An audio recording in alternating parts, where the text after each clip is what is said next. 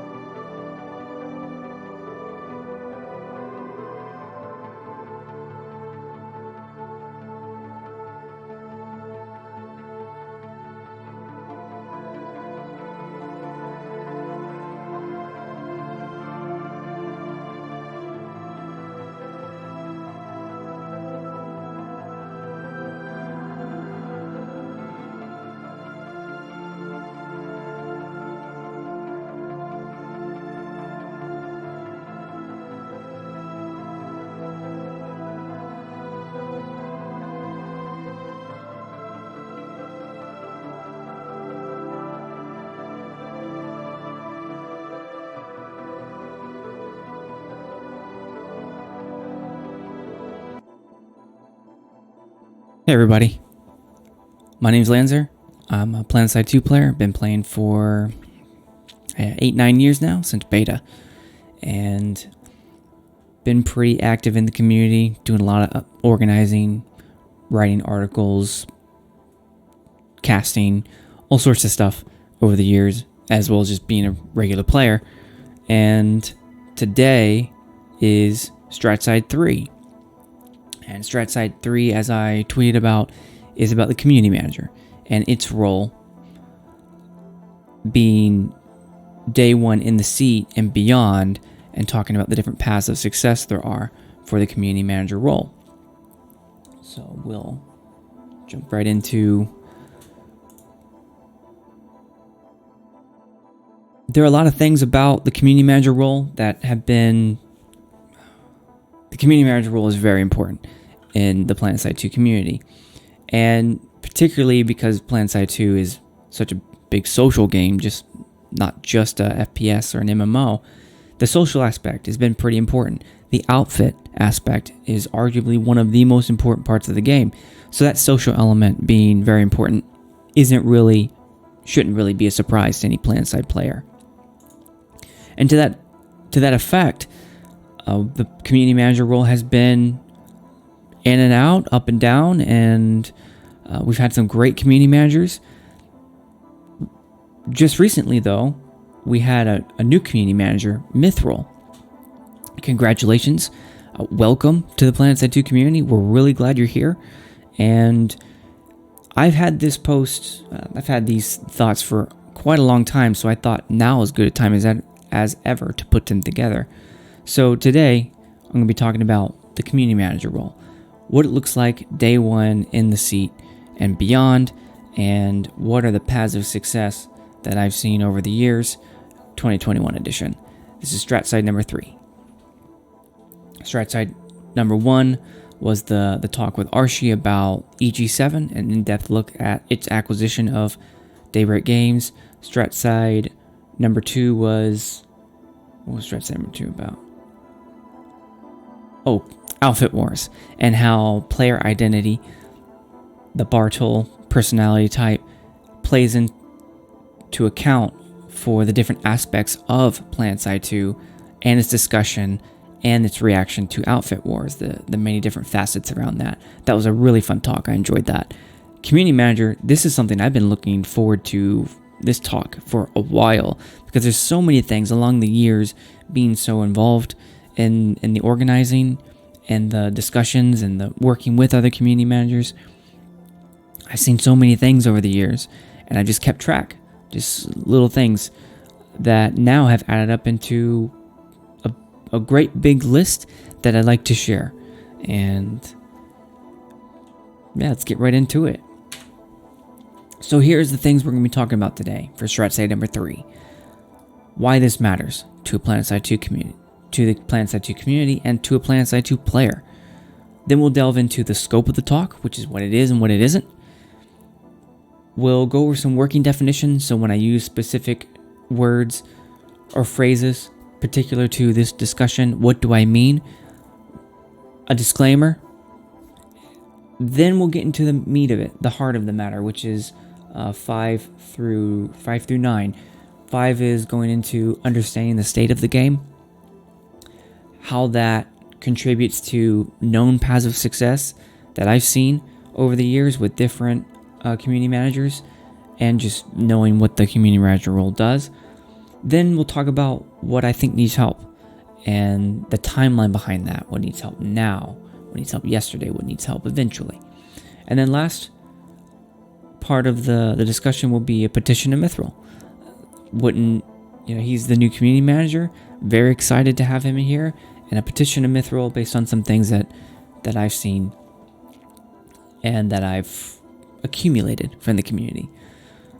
We'll go over a summary, and then last but not least, we'll end with things that have happened up until this point for StratSide, things that are going to be happening, different talks. Okay, so first thing, why does this matter to a PlanetSide 2 player? Well, it shouldn't be a surprise that this little diagram here on the right, that when it comes to you playing the game, having robust fights, having active outfits, having a great development team, there's a cycle, there's a relationship, and this cycle doesn't necessarily begin or end with anything except maybe the development team who starts designing the game, but it quickly evolves into this cycle that just becomes this feedback loop, this self-fulfilling prophecy. An active community gives an activated or results in a very motivated team, which results in extraordinary experience, which then results in an active community, a vibrant community, a lot of players playing the game, which results into a development team that puts their heart and soul into it. They already do, but in terms of getting that tangible, that feedback of this game is great, the community loves it. And then that turns into a player coming into the game saying, oh my gosh, this game is absolutely awesome. Here's the 100 Metacritic. It's just, there's this cycle. And PlanetSide 2, part of that cycle, and a main part of, call it the glue that kind of keeps PlanetSide 2 together, this white space here, the glue, I think, is the community manager. The community manager is the link between the community, the dev team, and that extraordinary experience. It's not just them posting or tweeting, it's them being involved in the community, holding the different facets together so that we have a community that loves the game, that feels supported by the game, a development team that we can communicate with through the community manager, and that player experience when they play the game, they walk away and they see the community manager, all the great things he or she is saying, in this case him, Mithril, is saying, walking away from that feeling really positive. That's the community manager. But this first bullet point here is the community manager is the link between the community and the development team, which is the Rogue Planet Games team. The community manager provides input to the community and the dev team, vice versa, both ways. It's a two-way street there. The community manager takes what he or she says, or I'm going to just say he from now on because it's Mithril, takes the input from the community, puts it together, communicates it to the dev team, then takes things from the dev team, communicates it back to the community. It's that link. Next bullet point, I just said that, communicates info back to the community. Next thing, community manager acts as the face of the game to the gamer. I talked about that with the extraordinary experience in the active community, that player coming away having a genuine experience, not just from clicking heads, flying around all over the map, experiencing the campaign, outfit wars, what have you. It's also the way the community manager welcomes them in the community and gives them a great foundation, a great support. And that's building relationships. That's building bridges. In our case, I'd say rebuilding bridges and developing rapport. That generates enthusiasm for everyone involved. And that is the foundation of a vibrant community who loves the game and who pours back into the game. Not just through time and effort, but also money. Third, community manager absorbs community feedback and serves as an advocate of change. The community manager isn't just like a deflective shield for bad input. The community manager takes in that input, finds the very best of it that works really well, and distills that into something that Mithril can then communicate back into the community, back to the dev team, and presents articles of change.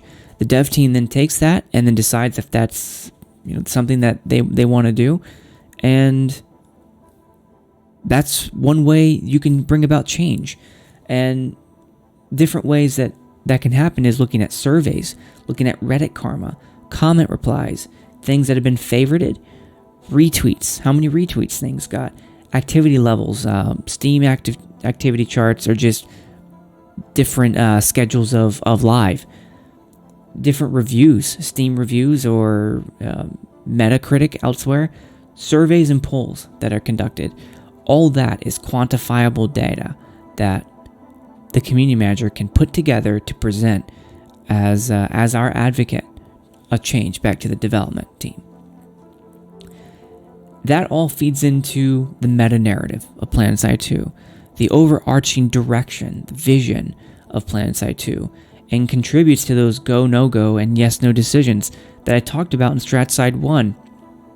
With Archie, it was in the risk slides now toward the later end when I said that one of the most dynamite parts of that discussion was in the risk slide.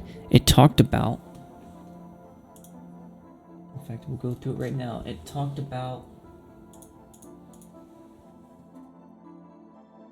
down here in the bottom right, this bottom right highlighted portion, talked about how when companies make decisions, e.g. 7 in this case, and the development team makes decisions, what they see, feedback and otherwise, contributes to how those decisions are made, whether or not things go forward or they don't go forward.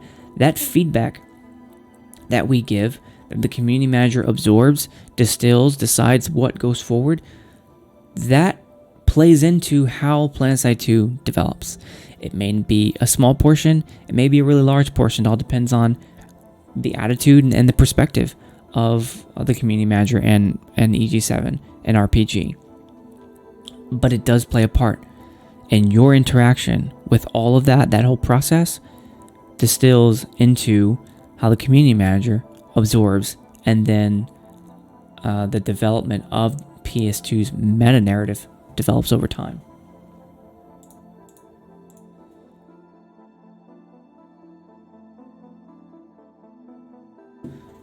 Yeah. That took a lot longer to go through than I thought it would, but I feel pretty passionate about this part. The community manager plays such an important role in PlanetSide 2, and it's I have a lot of respect for anyone who walks into that position. It's not easy. So, let's talk about what this discussion, StratSide 3, is going to be about. And then let's talk about what it's not going to be. So, here's what it is. It's going to be a sharing of past successes. I've been in the community since beta. I've been an organizer of PlanetSide battles and Server Smash. I've written over 40 articles when it comes to PlanetSide 2, and I've done different esports podcasts on behalf and talking about PlanetSide 2. I've worked alongside previous community managers, RadarX and Luperza, and I've been involved in the behind the scenes, the back end. And I've been a player, so I've just seen a lot of stuff and kept track. So this is going to be me sharing those past successes, things I've seen that really works in our community in PlanetSide. It's also going to be a request for help. There have been some great community managers. There have been some community managers where I feel others have felt were challenged in the role, and perhaps we didn't feel that they were really our advocate for change. So it's going to be a request for help to Mithril that please take a look at what I'm about to present to you. These are things that I've paid a lot of attention to, that I've taken input from other people. So just take a look at the information and then take the very best of it and see what you can do with it. I really believe that the things I'm about to talk about, they're important to the community, they matter, and they can make a positive difference. And I don't just talk about what it is, I also go into how to do it. Here's what it's not. I'm not telling Mithril or the community manager role what to do. I'm not here to tell you this is how you should do it. I want to share with you things that I believe are successful, that result in success. It's definitely me not trying to steal Mithril's job as the community manager. So please don't take it that way. That's not what this is about. Like I said, it's about sharing. I want to offer what I know so that the community manager can benefit from all those years that I've been in and many others have been in. This isn't just, yeah. So here's some working definitions. PlanetSide 2, it's the same thing as I talked in StratSide number 2. So we won't delve into that. Community manager. So on LinkedIn, Daybreak Games has posted job roles, job positions for both community manager and communications manager.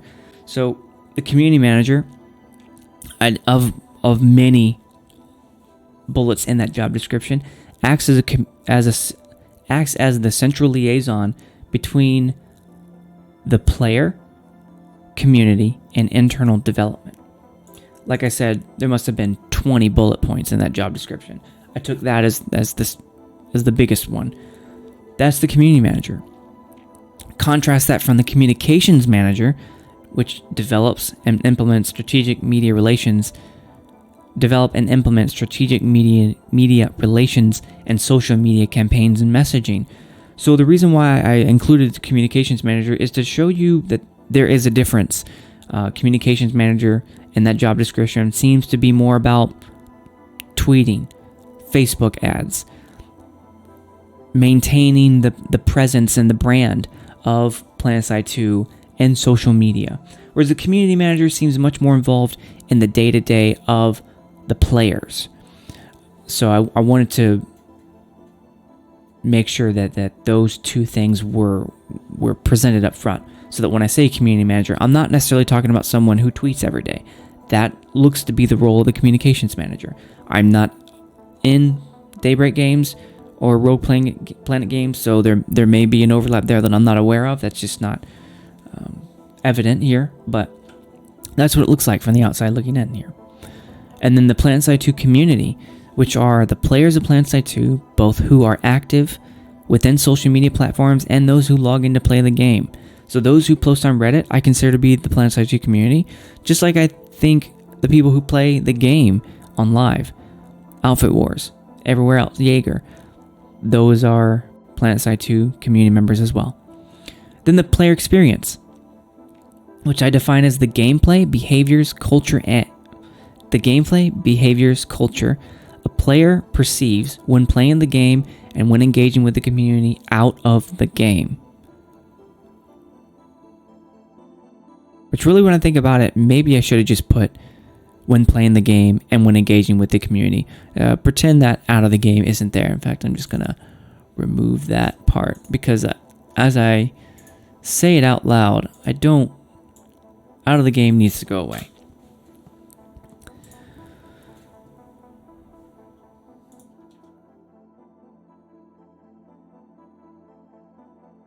Awesome. So let's get back in here for a second. All right. When playing the game and when engaging with the community. So that's when you're online playing, when you are posting on Reddit. The player experience, I think, still exists in both of those situations. All right. So disclaimer. I'm not the community manager. Mithril is. Congratulations, Mithril. We're excited you're here. I am a fan and a long-standing PlanetSide 2 player. I mentioned I've been playing since beta, and I love this game. I love it. Almost 99%. Almost everything about this game. I love the scale. I love the opportunity. I love what it means to play this game. It's awesome. It's so awesome. It combines the best parts, I think, of almost every genre and every type of game. So I'm doing this, I'm having this talk here because I care. I care about the game, I care about its future, and I want to expand a bit on the Reddit thread that I posted a little while ago. You can still find it on PlanetSide subreddit about what I would do day one of being in the seat of community manager. So I'm doing a more long form version of that. And as full disclosure, it's not a secret, I want to join the PS2 team. I want to be on the Rogue Planet Games team. I'm no longer an active duty member of the military, so I'm much more flexible about my career and where I go from here. I have a lot of expertise that I feel I can bring to the team, so every time there's a job posting, I look at it to see if I'm qualified. I want to be a part of PlanetSide 2's future success, behind the scenes, making it happen, developing things. So that's full disclosure. And last, opinions come from my own observations over the last 9 years, being in the PlanetSide 2 community, working with other community managers alongside them as I was working and organizing things within PlanetSide battles. Server Smash, Armor Smash, a lot of the different things like that. And just being there involved. So this is going to come from my point of view. I've taken into account a lot of things I've seen over the years, solicited feedback from other content creators and players. So this is all that combined. Okay, so the community manager role. Someone coming into the community manager role here in PlanetSide 2, you're going to see 3 main pillars that really prop up the game. There's the community, there's the RPG team, there's the player experience. These 3 things really make or break the game. When something's lagging, faltering behind, you can tell. So the community, I talked about what the definition of the community, the people play the game, the people in and out of the game. Then you have the RPG team, which is the development team, the design team, the narrative, the communications manager, the community manager. The RPG team are the people creating the game, developing the sort of stuff that you play every day. And then the third pillar, the player experience. What the player perceives as they play the game, as they interact with the community. Those are the 3 pillars that I see as really, when you boil it down, you're dealing with one of those three things when you enter into PlanetSide 2 space. So those are the things that I would focus on, that I think the community manager should focus on when you're dealing with what's happening. Where do I need to apply my attention, my time, my effort? I would start these three things and then zoom in from there. So entering into the community space, or the PlanetSide 2 space, the community, the experience, the team, ideally everybody's happy. The community loves the game. They're happy with the game. The development team, they're happy. They're firing on all cylinders. The experience, people love playing the game. The ratings reflect that. The reviews reflect that. The sentiment reflects that. That's the ideal state. Then you have I would pair that against the backdrop of the community manager's job description, which is taken from their job posting on LinkedIn. Act as a central liaison, drive meaningful engagement, plan contests and events, represent Rogue Planet games, be a trusted point of contact, collect and quantify feedback. Those are the things that Daybreak Games says are the things that you need to do as a community manager, that need to be done as the community manager. So how do you apply those things and everything else that it says in that job posting to the three pillars of PlanetSide 2? So you start looking into the community, the team, and the experience. You start looking at the experience. And if you start doing that, here's what you'll find. In the experience category, you start looking at Metacritic. You see 84 on PC, 78 on PS4, 7 out of 10 user score for both. Steam, 82% positive rate. Say it shows as very positive. But 74% within the last 30 days. So it's mostly positive. Google, 94%, rated 4.4 out of 5 by the user. CSM, which is Common Sense Media, 4 out of 5 by the editor. Games Radar, 3.5 out of 5, so not quite as high. IGN, 9 out of 10. Open Critic, 78 out of 100. 50% recommend. Not so awesome. YouTube has less than 1% dislike on all its trailers. Not so bad. But when you start looking at the reviews, when you start looking at the threads, the Reddit threads, you get the sense that, and not just that, but also some Polygon, Games Radar articles, you get the sense that a lot of players, it's not a secret that player retention is not that high. I believe Rel mentioned when he was talking to Shock Tour some time ago that right about the 3-week mark, player retention just plummets. That all leads me to think that the player experience is iffy. Not a lot of players, or at least some players, don't understand what is they're playing. Some of them like the game. They continue playing. Others aren't really quite so sure about the game. They don't know what to do. There's too much. And even within the player base right now that plays, there's a sense of a lot of things that could be better. So I rated that. Looking at that, I rated that as not so sure about it one way or the other. Then you look at the community. Look at the EG7 slides, which are a great source of transparency within Daybreak Games. We have almost 200,000 registered users, so users that play the game. But out of those, only 25,000 are paying members. That's 13% are paying members. Reddit, 75,000 subs. Okay, not so bad. But when you look at the top 50 2021 threads, a third of them are pretty critical. And that's the top 50 2021 threads. A third of them are fairly critical.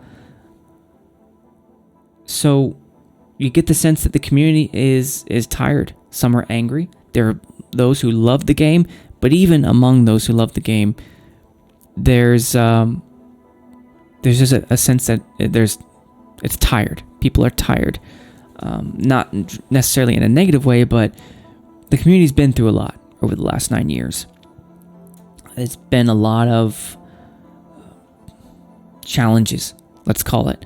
And as you go down here to the bottom right, the dev team, you get a sense of why. Down here at the very bottom of the game, it was renamed from Sony Online Entertainment to Daybreak Games in 2015. Shortly thereafter, Vindicor, putting it lightly. What's up, man? Always glad to see you. By the way, Vindicor, man, he has some of the coolest models of all time. It's awesome. I have bought some of your stuff on the game. It's because it's so cool. But yeah, shout out to Vindicor. So SOE was renamed to Daybreak Games in 2015. Shortly thereafter, it was acquired by Columbus Nova, which is, if I recall correctly, a venture capital firm. So they invest in many different companies across a wide spectrum. I don't remember all of them. Some of them were like mercantile, so not really games. But they decided to acquire PlanetSide 2, or Daybreak Games. And then, late last year, it was acquired again by EG7. I went over that one in depth with Archie and StratSide 1. I highly recommend. Please watch it. There are so many good things in that acquisition. I think our future looks very bright being with EG7, which is an actual gaming conglomerate. And some of our partners are Petrol, which is, if you don't know Petrol, they're the reason why you love Call of Duty so much. Or at the very least, you've heard of Call of Duty. You've heard of Assassin's Creed Valhalla. Like, these are huge games. Petrol was the marketing engine behind that to put it in front of you. Those are huge games. We are now a partner with Petrol by virtue of EG7. EG7 owns Petrol. EG7 owns Daybreak Games, which owns PlanetSide 2. So they're our cousins now, our brothers and sisters. So I'm super excited for that. But I went over that in detail. Please take a look, StratSide 1. So you get the sense that within that, since 2012, we broke the Guinness World Record, some really high highs, but then there have been some slumps and things. And I generally, if it sounds like I'm trying to shy away from going into depth there's a lot of opinions, one way or the other, about what to think about that. There are so many other people who've gone in depth. Take a look at Sirius. Take a look at D. Take a look at Shoktor, Aflick, Commander Spock, Kamikaze. Take a look at Kamikaze. Take a look at Archie. There have been a lot of people who have commented on that, who've really gone in depth. And people who no longer play the game, but if you search YouTube, you'll find them. Like Kid Riot, for instance. He was a heavyweight champ way back then when it came to the PlanetSide 2 community. There have been a lot of ups and downs, and some of the lows have been, I'll start getting to that first bullet here, the presence. Some of the lows have been silence. For about 4 years, quite a stretch of time, the community didn't really know what was happening. Yeah, didn't really know what was happening. I kind of knew what was happening because during that time, I was still involved with PSP, organizing server smashes, organizing the merger smash, and the record smash with the other PSP admins. So I kind of knew some of the stuff that was happening, but even I had very little in comparison to what was going on. And that is part of the tiredness that I was talking about. We just didn't know. We didn't hear from the development team much. There was just radio silence. And that's one of the reasons why you see here just kind of like a drawn-on face, because we knew the development team was there. We knew they were working. Rel and his team, Andy and his team, we knew that they were there working. We just didn't see much of them. And I'm quite certain that the reason is because they were working so hard to keep the game alive. At one point, Rel mentioned when he was on I think it was with Shock Tour 3-4 months ago, mentioned that at one point there were 4 people working on the game. 4 people working on an $8 million a game that earns $8 million a year. That's next to no one. I can't imagine how much overtime, paid and unpaid overtime, that Rel and his team, Andy and his team, worked to keep the game alive. Pretty much on life support is what Rel said. And one of the things that kept it alive, that resurrected it, I'd say, that Rel said, was the implant system. But many other things. But the community just didn't see much. And yeah, Vindicore says, no U designer to boot. So there was a lot of difficulty, a lot of challenges. They just didn't have the resources they needed to really make the game like Call of Duty to Battlefield scale. Even though we dwarf them when it comes to fights. I was just playing Bad Company 2 last night with a couple of friends, and you can just instantly tell the difference between the scale. Bad Company 2, there was 32, 64 players on at the time, and most small outfits outnumber that. So it's kind of, hey Archie, what's up, man? Appreciate you coming on. So that's not me saying the development team didn't do anything. That's me saying that the development team was challenged to keep the game alive, and because of that, one of the things that fell through was the communication with the community. And I will almost always give the benefit of the doubt to the development team, because I know they're working hard. I see the effort that they put in just because the game is still running. And you can tell now, with all these updates coming through, that they're still working really, really hard. They have access to more resources now, so you see more of that end product. But for a long time, they had to prioritize other things, and communicating was one of the things that had to be deprioritized, de-escalated. So yeah, I ended up spending quite a bit of time on this as well, but there's a lot that goes into it. So understanding the state of the game, the community, I rated as you just get the feeling that we're tired. We're tired because of the reasons I just went over, and as you can see the Steam chart here, you can just see that decline in activity since 2012 to now, an 89% decline. The experience sometimes is confused. We're not really sure where the game's going. The activity levels are up and down, and the dev team. So, as the community manager, the community manager that comes into this role, you start to see these things. They start to pop up over the years, and yeah. So how do you, as the community manager, take all that feedback, where we are on the state of the game, and juxtapose that?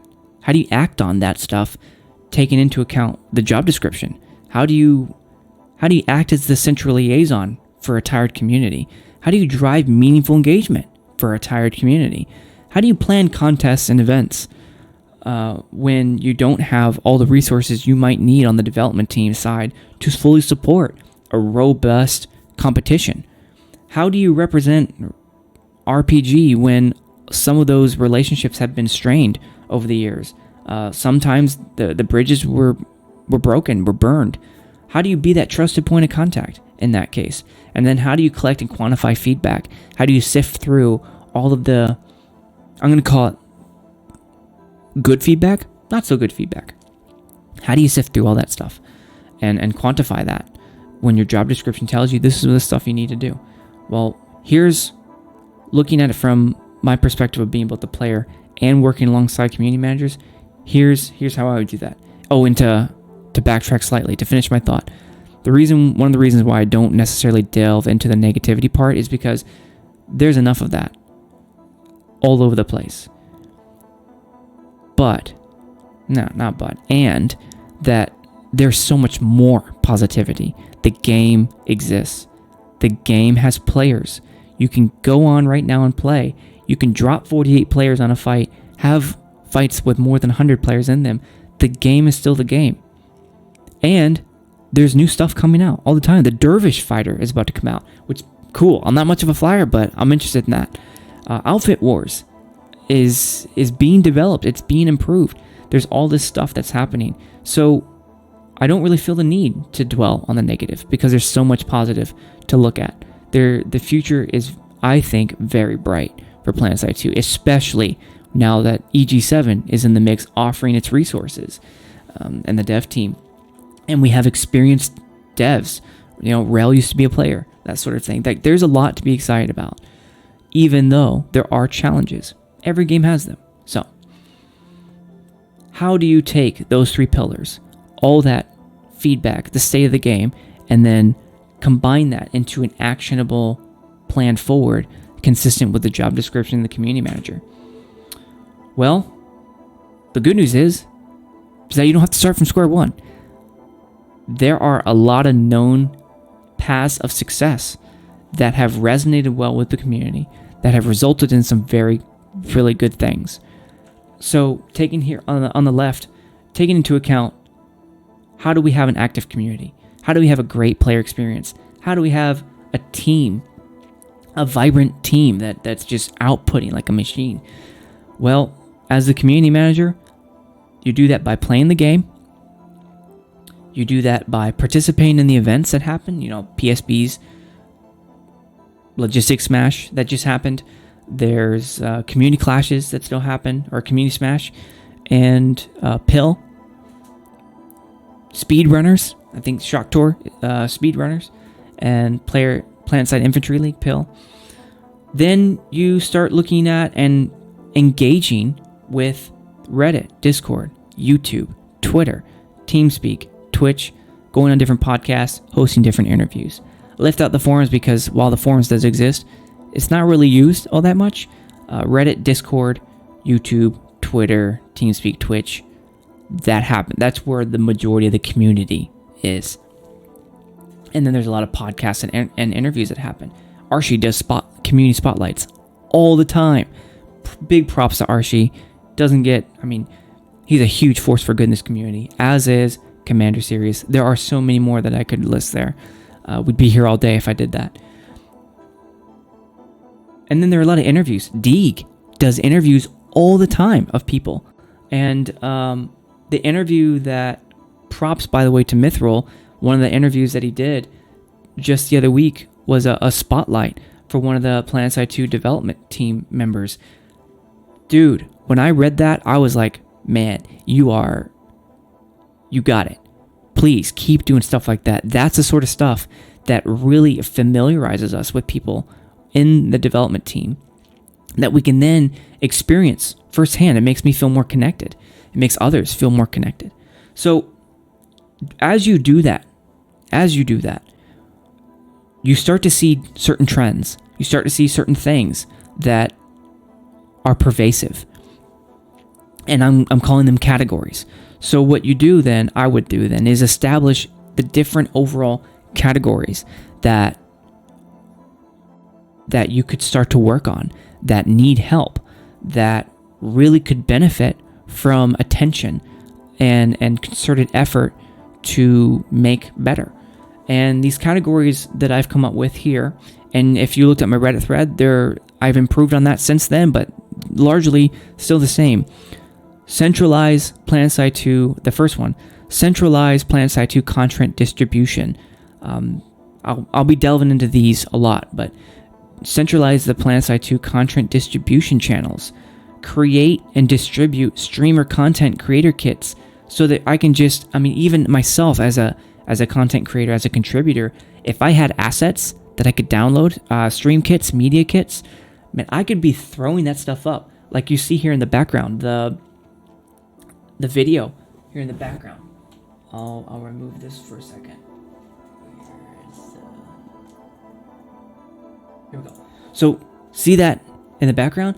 I downloaded that from Rhett and Limerist. And that's what you hear in the background.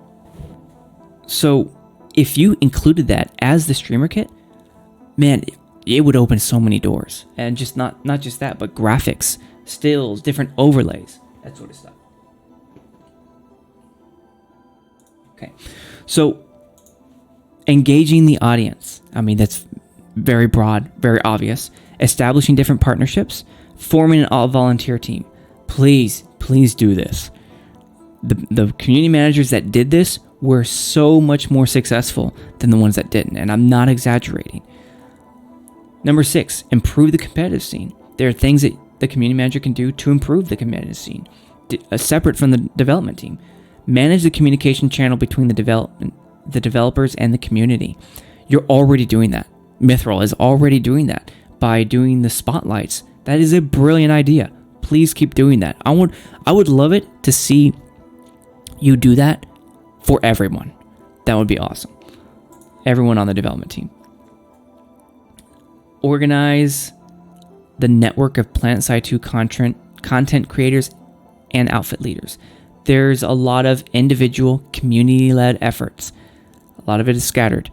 So an organization, a creation of a network that's sponsored by the community manager, that's very, very powerful. It's really going to create a motivated team. So organizing the PlanetSide 2 stance and the community interaction. So that's more of like positioning, branding, that sort of thing. There are a lot of things that I think the community manager can do to make that happen and better. Promoting greater gaming community awareness, outside of PlanetSide 2. So that's like N4G, that stuff. And then reintroducing the lore. There is some pretty great lore. It's not that well interwoven in a way that makes itself obvious and known to the player. There are a lot of things I think that the community manager can do toward that. So these are some broad categories, some things that would then be broken down into many individual efforts that would then be accomplished to then checkbox that, yep, we centralize the PlanetSide 2 content distribution. And these next slides will show you the things that I've broken them down into. But I would be remiss if I didn't go into the time and effort of the community manager is limited. So I recognize that not all paths are equal here. Not everything has to be done right away. So then if I'm looking at that as a community manager, it would be a good idea to then prioritize these categories. So that's what I do next. I take these categories and we prioritize them. Looking at the community, seeing what I've seen, I've categorized them, I prioritize them into 3 main efforts. And those efforts they're divided into immediacy. So the first one, needs help yesterday. As in, please do this ASAP. Things are already hurting because these things are not been addressed. In my opinion, things have been hurting. And if you do them, you will see an immediate benefit addressing significant obstacles toward an active community and the extraordinary experience that we're all looking for. So those are things that needed help yesterday, please. Here's some things, the red exclamation mark here. These are things I think that need help tomorrow. So they present, if you do them, they will give us, the community and the game, an immediate benefit toward an active community and extraordinary experience. It's not necessarily the case that it will address significant obstacles that hold the game back. So transforming the challenges into a positive. It's more of amplifying the positive. Those are things that definitely should be done. But if you don't do them, they're not exactly taking away as of right now. Whereas need help yesterday, they're hurting us by them not having been done. And then needs help eventually. Things that there's a measurable benefit here, that if we do them, we'll see an improvement toward active community and extraordinary experience. So these are the 3 priorities that I would lump these 11 categories into, and then further divide into efforts. Efforts are individual tasks that can be accomplished. All right, so here is how I do that. Here are the 11 categories, and as you can see the table, so those 11 categories then break down into individual efforts. There are a lot of them. 8-9 year game, so there's some things to address, and many opportunities to excel. So the first category, centralized PS2 content distribution. That I think that mainly goes down into a creation of a schedule that shows the different content that's happening. And by the way, we'll go into all of these in greater detail in the coming slides per the priority. But 2, a creation of a distribution streamer content creator kit. So that's the creation of the overlay system I mentioned a little earlier for streamers and content creators to use PS2 themed graphics and their association with the API. So a lot of volunteer contributors have already done that, like PS2 Alerts, Voidwell, Fisu, Kiwi. There are a lot of different developers who have taken advantage of the open AI and created player-produced things. So if you look at some of the old service match things, stuff that Maelstrom put together, he used the API to create a lot of analytics that Farah used while he was casting. Great, brilliant thing. He's still doing it with PS2 Alerts. So then 3, engaging the audience. Break that down into social media to include Metacritic, N4G, gaming forums, Instagram, Reddit, and engaging the greater gaming community. Category 4, establishing partnerships. Building on the 2007 Electronic Sports League agreement that I negotiated with ESL, that Andy blessed and then was signed in 2007. It established a quid pro quo agreement that is still active as far as I'm concerned, or as far as I'm aware. But that was one of my big regrets, is not fully capitalizing on that when I was in PSB. But building on that agreement and then searching for additional partnership opportunities that offer growth and exposure. So ESL, we used to have a pretty big partnership with MLG. A lot of people who played for a while remember the days at MLG and how we were featured a lot and stuff like that. But not just MLG, Polygon, there's many different networks. 5, forming the volunteer team. If there's one thing that I just beg to be done is form the volunteer team. There are so many active volunteers. The efforts are scattered.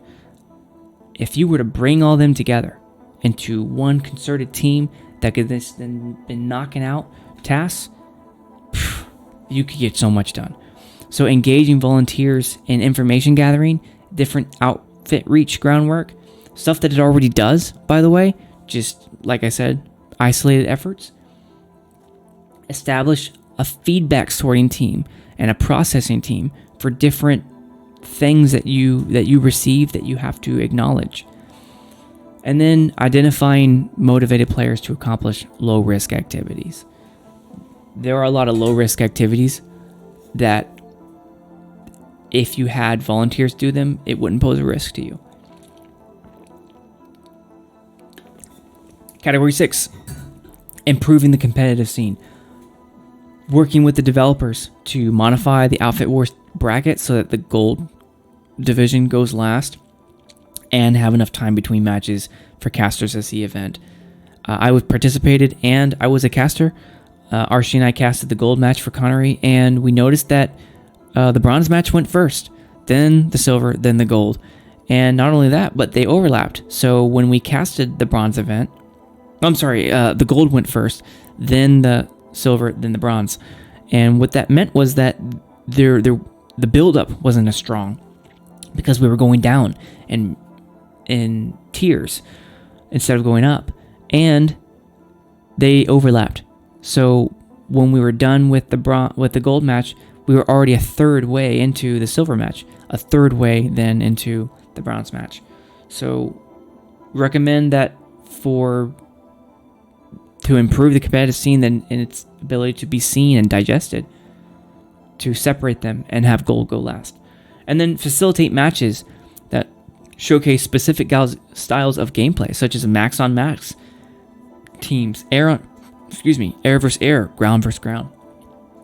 And then investigate different ESL MLG tournaments that go on all the time and seeing what categories we can go in. 7, manage communication channel between community and the developers. So there's a lot here. Liaising with the community and facilitating discussions. And as I mentioned, we'll go into greater depth. I separate the slides out according to priority, but we'll go over that here in a little while. Tracking or presenting items of interest that you've tracked and quantified back to the community, back to the developers. Tracking player-based sentiment towards elements of gameplay. So that's, taking into account what players think of Outfit Wars. That's a great example. Lots of opinions on what happened to Outfit Wars. Like I mention all the time, I think Deeg has done no less than 9 hours devoted to Outfit Wars. There's a lot of sentiment to track there. And then 4, presenting the community reaction of topics of interest, like Outfit Wars, back to the developers.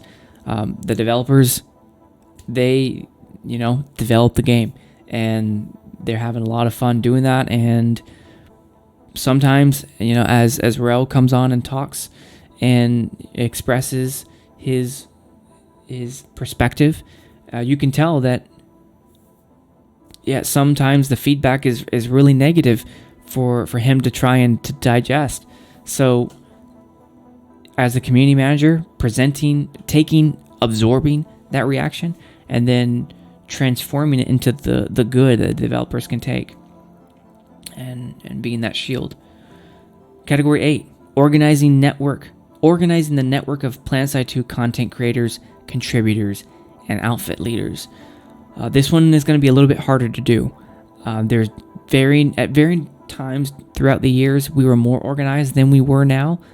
But right now, there's a lot of individual organization efforts, a lot of content creators doing their own thing, which is fine. There's nothing wrong with that. As the community manager, there's a lot of opportunities there to unite and to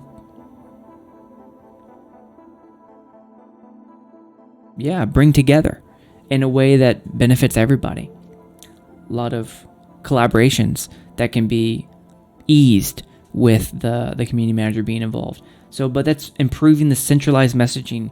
We'll get into that a little bit more, and Mithril is already doing this. I'm seeing his tweets and the Launchpad stuff that's coming out. So he's already doing this, improving the centralized messaging. There's been a pretty big need for that lately, just over the years. But then creating a synchronized network of community content creators. I'll go into greater detail later. Creating synchronized network of outfit leaders. Pretty good at doing that ourselves as outfits, but that little extra oomph by the community manager could really benefit the community. Category 9, organizing the PS2 stance and the community interaction. So establishing a content creator receipt pipeline. Right now, people are posting on Reddit. Vindicor posted stuff on Reddit. In the past, there was a pretty nice pipeline where you can see all the what are they called? Vindicor, if you're still one podcast. Vindicor, what are they called? Designers? What would you call yourself when you model stuff like that? But there used to be a pretty robust submission form for that sort of stuff to get it into the game. That might armchair game designer, right? But creating that so that you can receive that sort of stuff and then get it to the right person. Establishing content creator partner guidelines. If there was a partner system, I think the overall presentation of PlanetSide 2 as a whole would just go up by factors of 2, 3. And then meeting and coordinating with current community organizers to really fire up the community, get them going in a great direction. Because right now, everyone goes in the direction they see fit. And then updating the different repository of Discords, TeamSpeaks, outfit, websites, and tools. So that would be category 9, breaking that down. 10, promoting greater gaming community awareness. So that's coordinating with Petrol, who I mentioned, is a heavyweight champ in marketing. Sold Out Innova, other EG7 mission partners. I don't know what that looks like behind the scenes, as I mentioned with Archie and our StratSide 1 chat, that will likely have to be formed somewhere between EG7 and Daybreak, how that relationship is going to be between all the different mission partners of EG7. And then synchronizing that messaging to make sure that the brand strategy is solidified and that we're all consistent with that. And then 11, reintroducing the lore. So the lore chapters were a great start. A lot of people put a lot of time and effort into different lore things. Shout out to Encyclopedia Araxia, I think it's called. I'd go into that later on, but writing the additional lore chapters, like I mentioned, I'm currently writing Season 2 screenplay with Flashy for the Echoes of Vanu, or we're getting to the point now where we are going to be moving beyond what the lore currently shows. So we're having to do some creative thinking, and yeah, it would be really helpful to know what lore outlines were already planned so that we can temper our creative contributions to something that is consistent with what PlanetSide 2 intended. Okay, so then I take those efforts. Having seen those efforts, having thought about what they mean to the community, here's the priority that I've established to each of them. The different needs help yesterday. We need to engage volunteers in gathering, outfit, reach, sorting. We need to do that yesterday. People are posting everywhere, and having that centralized receipt pipeline would really help. Liaising with the community needs to be done yesterday. Mithril's already doing it, so that's pretty cool. Improving centralized messaging, Mithril's already doing that, so that's awesome. Thank you. Establishing that receipt pipeline, where do people put stuff? And establishing a content creator guideline. There are so many active content creators and contributors, streamers, that if you were to create a partner guideline and all the benefits therein, I think it would explode. I think it would be really helpful in creating a great motivated community. And then there are a lot of things I think that need help tomorrow, that they need to be done, please and thank you, as soon as you can, but not before you do the stuff that needs help yesterday, which is we need to see what's happening, like what's going to happen in the future, and overlays, engaging on social media, identifying different motivated players to help you in your formation of the volunteer team. Please do that. And presenting items of interest back to the community, clarifying the code of conduct. I went over that in detail in StratSide number 2 for Outfit Wars, why that was so needed. I think I went in detail. I definitely went over it, but now that I think about it, I didn't go over it in great detail. I went over it enough to say why it needed to be done, but that right there is a great black hole of ambiguity. I think that really needs some attention. And then meeting and coordinating with current community organizers, figuring out what's happening, who's doing what, when, where, why, and then supporting. I'm telling you, Mithril, you have come into a community that really loves this game. A community that's so passionate and fired up that we got together and broke a Guinness World Record. That's how much some of these community members love the game, and that was an effort that had well over 50 to 100 people working on that, and just the enormity of that organization was. I have a lot of gray hairs now because of that, and as do other people, a lot of other PSP admins and just great people who wanted to contribute to the game. They're still out there. we're still doing stuff. Like I mentioned, PSB just held another logistics smash just a few weeks ago. Yeah, there's a lot of cool stuff going on. So getting involved, helping that effort, they will really do a lot of work for you. And then the rest of this stuff is things I think need to happen eventually, and as soon as you can, but eventually. So we have the categories. I've broken them down into different individual efforts, tasks that can be accomplished, then prioritize those efforts in order of things that need to happen yesterday, things that need to happen tomorrow, things that need to happen eventually. Excuse me. So then what's left? Well, just for kind of grins and really my own awareness and yours, Mithril, is the complexity. How hard do I think these things are? And some of them, out of 5, so it's out of 5 here, some of them are going to be really hard, like meeting and coordinating with the community organizers. That may not seem like it's going to be really hard. It's going to be hard. It's going to be hard because there's going to be so much going on that it's going to take some time to wrap your head around it. It's going to take some time to get that meeting happening, doing the agenda, having the meeting, hearing all the impact, all the input, being able to parse out what is just frustrations that have been built up over the last 8 years, and then what is stuff that's really going to assist you in fulfilling your job description and creating an active community and helping the developers. So that's probably going to be really hard.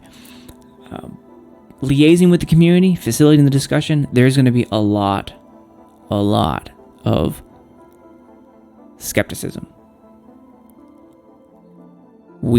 As a community, we've seen a lot of things.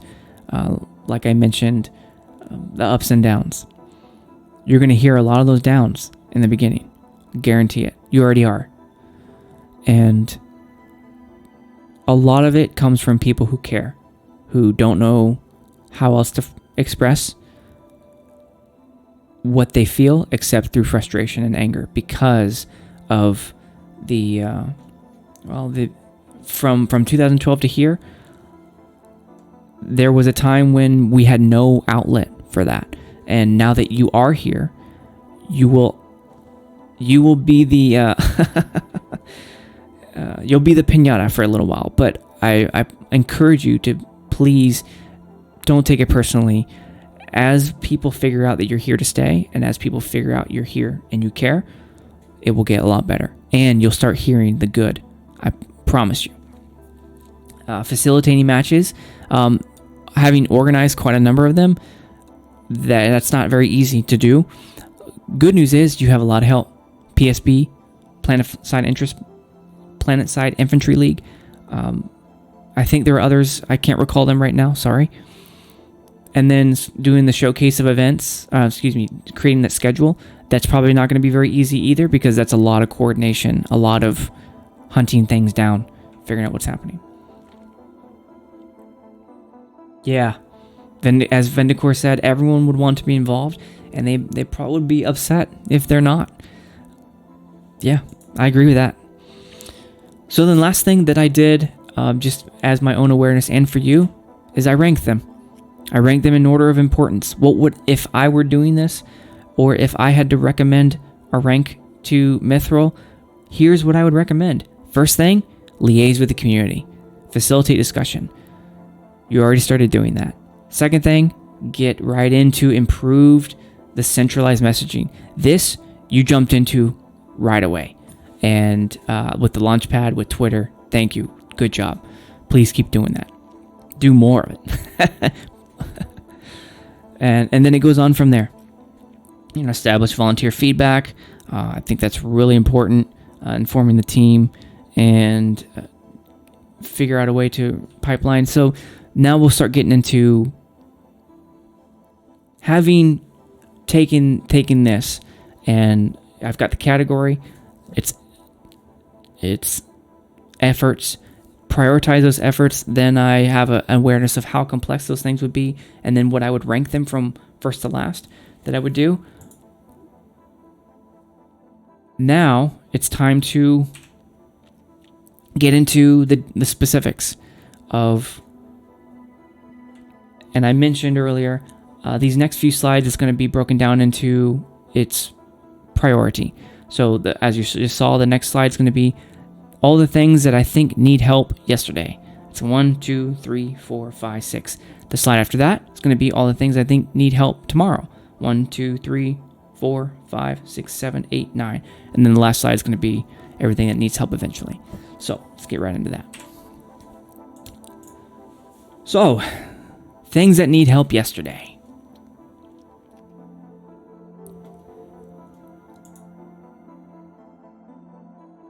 Things that need help yesterday. First thing, introduce yourself and ask for feedback. You already did that, Mithril. Great job. I think that was nicely done. But you make that introductory post on Discord and Reddit and through Twitch and the YouTube VOD is what I would recommend. Just because not everybody looks at Reddit. Some people are on Discord, but not on Reddit. Some people on Twitch and YouTube, but not on either of the other two. So just cast that net really wide, and then create some feedback threads and polls that your volunteer team can compile and then report back to you what they see, what they find. So that's how I would tackle introducing and asking for feedback, which is that first thing I said that needed help yesterday. Second, improve and centralize messaging. So what does that mean? That means connecting to Twitter, connecting to Reddit, all the Discords. There are multiple Discords, by the way, for different community types of niches of community. There's the one big main one that I saw, Mithril, that you had joined. There are a lot of others. There's a Russian one server. All the other servers, I think, have their own. PSB has their own Discord. There's a lot of them. The forums, sure, yes, you've already there, but I don't think it's really used much. It isn't really used much. YouTube is quite active in PlanetSide 2. A lot of people post videos. Kamikaze posts them all the time. Sirius posts them all the time. Really high quality YouTube videos, and you can find so many more of past contributors. But there, so you can see, YouTube is quite active. The Launchpad, I've seen you post on the Launchpad, Mithril, so you're already on track there. And then Twitch and the Wiki. So the Twitch kind of goes for itself. And the Wiki's, as far as I remember, the PS2 Wiki, both the PS2 Wiki and the PS2 Universe Wiki, those are main sources of information, but they're not really upkept that well. So getting a team online or motivating people to update that would really go a long way in presenting, well, I mean, it's the wiki, so you don't want that out of date. And then this one is just, it's a plug, definitely something I would do tomorrow, yesterday, if you can, is start enable Twitch rebroadcasting of PlanetSide 2's Twitch when it's offline. And that is where I would connect it to the creator partner, the partner guideline, content creator partner program. But start making use of that real estate that hasn't been used in such a long time. There are so many PS2 Twitch streamers that are worth rebroadcasting, that really would, they're stand-up people, Chuck Baller, almost every single day, Shock Tour, Archie. There's a lot. Lepelos, I see him on all the time. There are so many great ambassadors of PlanetSide 2 on Twitch all the time. Rebroadcast them. It's free. It's free marketing that you don't have to do. And that these people, these players, you can see the game playing all the time on the PlanetSide 2 channel. It being offline all the time, I don't think that looks very good. So that's what I mean by improve the centralized messaging, which is bring it all together and really start pushing out the message of what you want to be the message as the community manager, which would then it would start bringing in the attention that you're looking for. So next, establish volunteer feedback through a sorting processing team. The community managers that did this were the most successful. The ones who didn't, we didn't see much of them. We didn't hear much of them. And I don't know what they got done. I'm sure they got things done. That's not to disparage them, but I didn't see their contributions. It's the same way to say I didn't see the impact like I did the community managers who did have a volunteer team. They made considerable impact, and you still hear their name today. So that volunteer team, they're made up of motivated players with time to give to the things that need to be done, that you determine need to be done in the order you need them done. And I think it's a really low-hanging fruit thing that people will just pop up all over the place. You might even have a lot of people come out of retirement to try and help because they see that there's enthusiasm, there's effort on behalf of the community manager. It's reinvigorating. You'll see a lot of people help out, people who really know what they're doing in this community. I think it's low-hanging fruit to offer a reward to them, to give them maybe a little bit of station cash every week, every month, to give them membership. You could pick and choose what the reward would be, or certifications, extra certs. If you were to start doing that, you would have a professional grade volunteer team that could just knock stuff out for you and really push the community forward in a way that just it goes lightning speed. It'll be like on a fast pass at that point.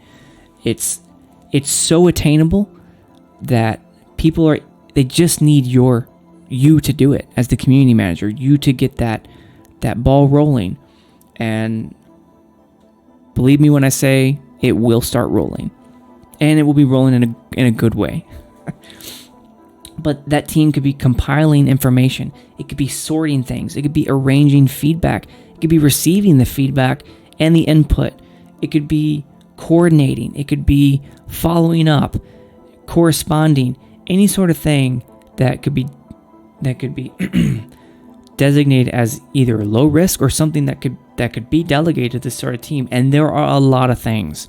I've been behind the scenes, so I know that there are a lot of things that you could delegate to and focus your energy on something that only you can do, which is, communicating with the dev team or preparing the meetings that you have to go, the internal PS2 meetings that you have to prepare for and create all the content for. There are a lot of things that the community manager does and that you do and that you will need to do. If you sort out the things that can be accomplished by the dev team, by the volunteer team, I think that you'll really see huge improvements and an active team, an active community. That'll just light things on fire. So I spend a lot of time on that because I'm very passionate. I think doing that, please take it from me, take it from a lot of other people. That is a low risk opportunity for you to just knock it out of the park. Okay. Established content creator receipt pipeline. Vindy, if you're still watching, or whoever my third viewer is right now, I don't remember what it was called, but that submission box where you could submit models to that ultimately ended up in the game, all sorts of armor, aesthetics.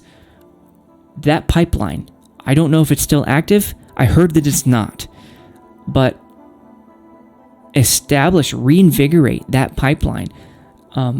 That is part of the economy of PlanetSide 2, or the models, the Player Studio. Oh, but you might. Okay, yeah, Player Studio.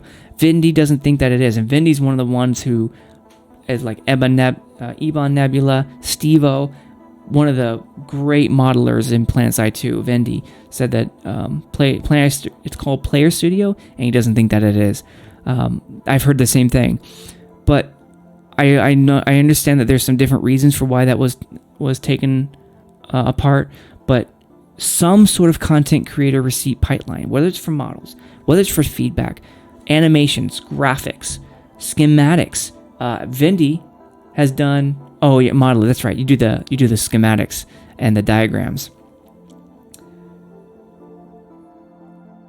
His man, I wish I could pull one up, but his schematics are just professional grade, like expert level. I see them as expert level. So something where you could get Vindy's schematics, you could get my wireframes that I've produced for different parts of the game improvements, different models submitted by Steve-O, by Eben, animations. Establishing that receipt pipeline, you will see just how active the community is in contributing to its well-being, to its growth. And then you can take that, and by the way, this is something that the volunteer team can help you do, taking all those submissions, and then now, even if as of right now you can't do anything with them, just creating that repository, that archive alone, a library of this sort of stuff, will do you wonders when it becomes useful, when you can just start picking stuff out. And then this one right here, content creator partner guidelines. This one's going to be a little bit near and dear to my heart because I've seen just how hard the content creators in this community work. And there are so many of them, I can't do them all justice, but I'll list off the ones that I know right off the top of my head. Archie, Kamikaze, Commander Sirius, Shocktor, Commander Spock, Deeg, Lepelos, Chuck Baller. People who are a constant presence in the community, have done great wonders for the community. If you were to establish a PlanetSide 2 content creator partner guideline or a community contributor partner guideline that was able to receive their application, designate them as a partner, that would then make them eligible for stuff like Twitch rebroadcasting. Would they be an approved person, just like Rel approves the use of observer cameras, but they've been an approved person who represents the community, you can trust represents the community, holds himself to a standard, and will give the PlanetSide 2 community and the greater gaming community free publicity, just constant content. It's an easy hit. From where I'm sitting, it's an easy hit. But creating the application process behind that, like a Google survey, a Google submission form, creating the how-tos, the step-by-step, the visuals that these prospective partners could look at to see, okay, this is what I need to do, this is how I need to do it, this is what I need to be, this is the criteria that would make me eligible to be a partner. Which, by the way, the volunteer team can help you put together. So yeah, this right here, I think, will increase your PlanetSide 2's factor of visibility by 2, because that's how active the community is in things like Twitch, YouTube. I used to write gaming articles for MMOgames.com. I posted them to N4G.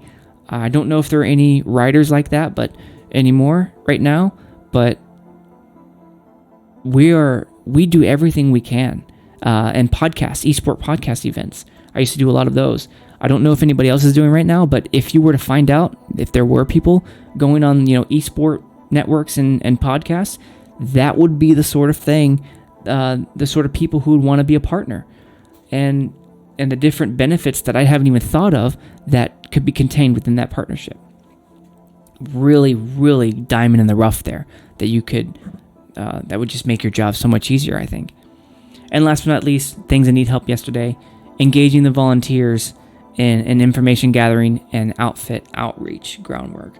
So there are a lot of scattered efforts in this community. A lot of people doing their own thing. And that's fine. We've been like this for many years. We haven't really had much direction from PlanetSide 2 team, and in many cases help. So we've had to kind of figure it out on our own. And And there's been a lot of help so far with like the API, access to the API, that really enable the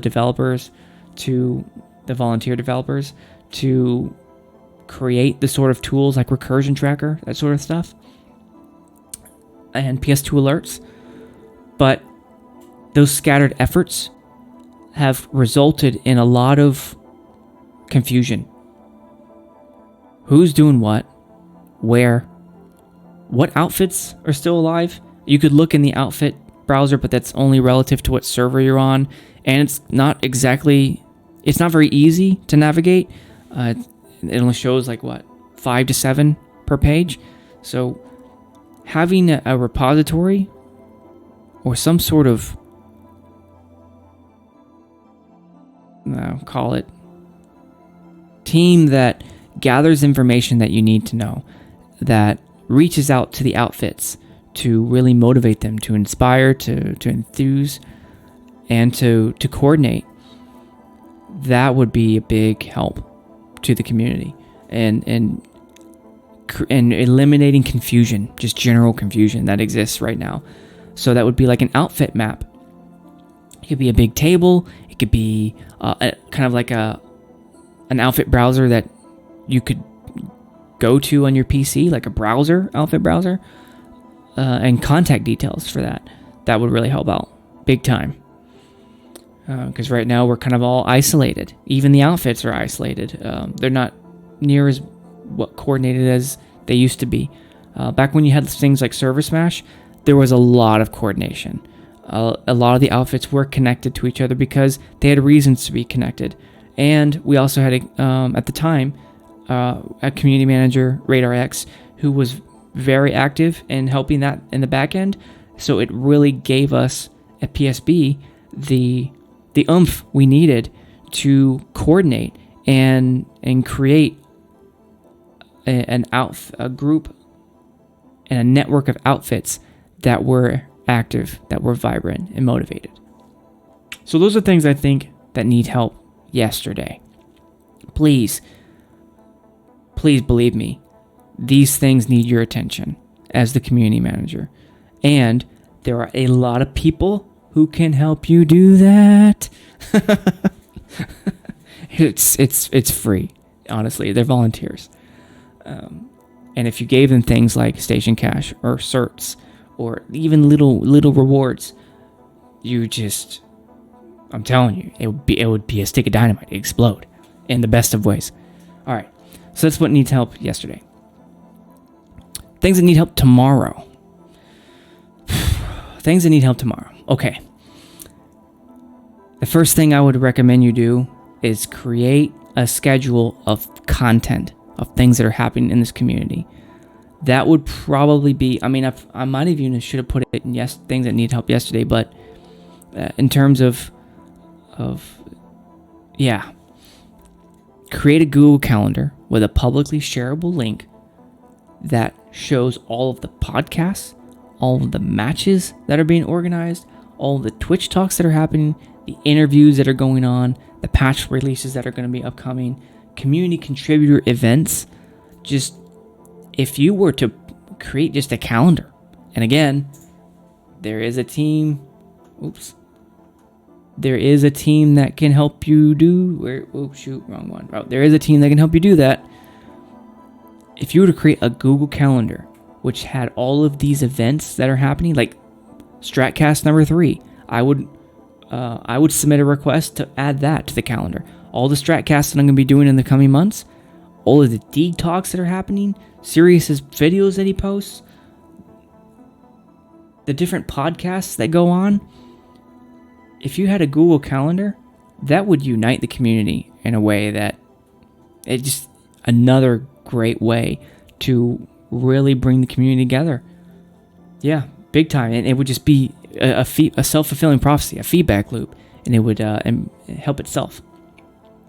Next, create an overlay system for streamers, content creators with PS2 themed graphics. There's so much PS2 themed things on Rogue Planet Games website and PlanetSide 2 website that if you were to create a streamer kit, a media kit, that would be really, really helpful.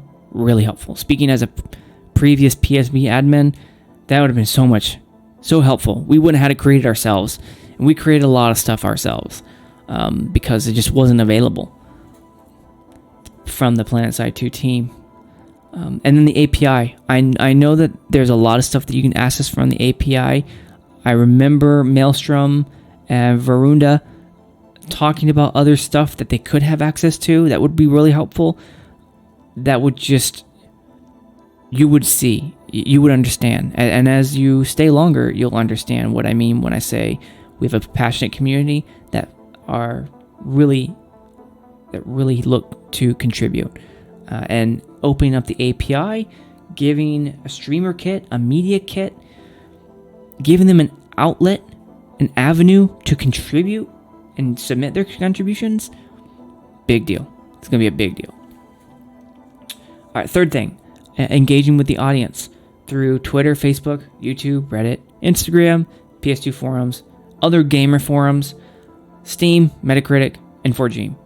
So that's you posting stuff, posting everywhere, and becoming a known presence. And yes, there's going to be skepticism. Yes, there's going to be negativity. A lot of people, though, they've only kind of peripherally heard of PlanetSide 2. They might have heard it when we broke the Guinness World Record back in 2016, I think it was. And we got that Guinness World Record. We got publicized everywhere. Polygon, IGN. There were some big names that were publishing the community's accomplishment of breaking that Guinness World Record of 1,000 players in one match. So yeah, become a known presence within the community, the greater gaming community, and within our community.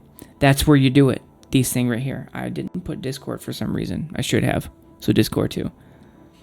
Identify motivated players to accomplish low-risk activities. So this is kind of an extension of establishing the volunteer feedback team, but when you do that first post of, hey, I'm looking for volunteers, you'll get a lot of people. Then you'll create the team. Sometime later, though, as the community starts to see stuff start to roll out, that will even more people will want to contribute. You'll have different experts and different professional careers. So many of us have, by the way, professional careers outside of what we do for the community. For instance, I negotiate contracts, I manage programs, I've done a lot of public speaking sort of events, and I've published novels. So there are so many cool stories out there of people who've just done extraordinary things, and they offer it to the PlanetSide 2 community to help make it better. And so I recommend later on down the road do another polling of PlanetSide 2 players to figure out who else can join the team and the things that they can do. Different Google, you can do the application via Google application survey or submission form, and those will identify further players with time and energy to give. All right, next one. Present items of interest back to the community. Obviously very important, but the roadmap used to be a big deal, and the roadmap kind of went off the rails because it stopped being relevant. But it stopped being relevant because from where I'm sitting, it stopped being updated. It wasn't just that milestones got pushed back, it's that it kind of fell through the cracks. So it's okay to, and I'm speaking as a program manager, so I have professional expertise in this.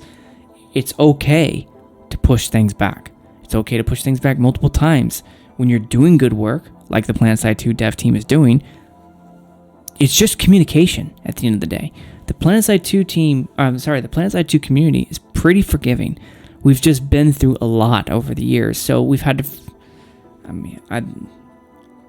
forgive a lot.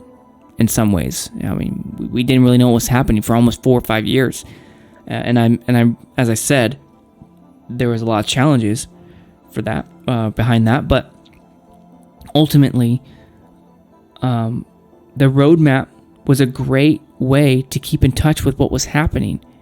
Now we just know that patches are coming when they come, but we don't really know where the vision is, except when we hear Rel talk about it every once in a while, when he's able to take the time, or when he has the time from his very busy day to talk to us. So if you had that roadmap, or created something new that showed us what the vision is, what's going to happen, and as those things come, as they get delayed, that's fine. Just be there and communicate with us. And I think you'll find that it'll go along just fine. But different visual diagrams from surveys. So the different polls that you might create to solicit feedback, like I mentioned in that feedback thread here. If you were to do some visual diagrams, like show us what the data says, like 50% of you responded this way, the other percent of you responded this way, that would be so powerful and would really, really help in giving the community awareness. And with that awareness comes enthusiasm. And even if things get delayed, it's not enthusiasm that things are happening. It is that. But it's mostly that you're communicating with us, that you're talking to us, that we know what's happening, even if it doesn't happen the exact way you originally thought it would the first time. Yeah. As Vindy said, most of us would be more happy with a delay than a rushed patch. Absolutely. Okay, no problem, Vindy. I mean, this lasted way longer than I thought. It's almost 2 hours. I'm getting there, but yeah. Appreciate you coming in. Oh, I respect what you do a lot, man. Please keep those schematics coming. I think they're professional grade for sure. So, presenting roadmap, visual delays, the display of karma on different Reddit threads, and then the different videos that happened. Yeah. So that's the first 5. Let's go into the next one. Create synchronized network of community contributors. So if you really want to start getting into heavyweights of community movers, and I don't mean people, I mean things that if you were to do, it would create a life of its own. It would create a life of its own in such a way that I don't think you could do it by yourself. It would just be, I guess what I'm trying to say is it would be important. It would be powerful. It would be beneficial.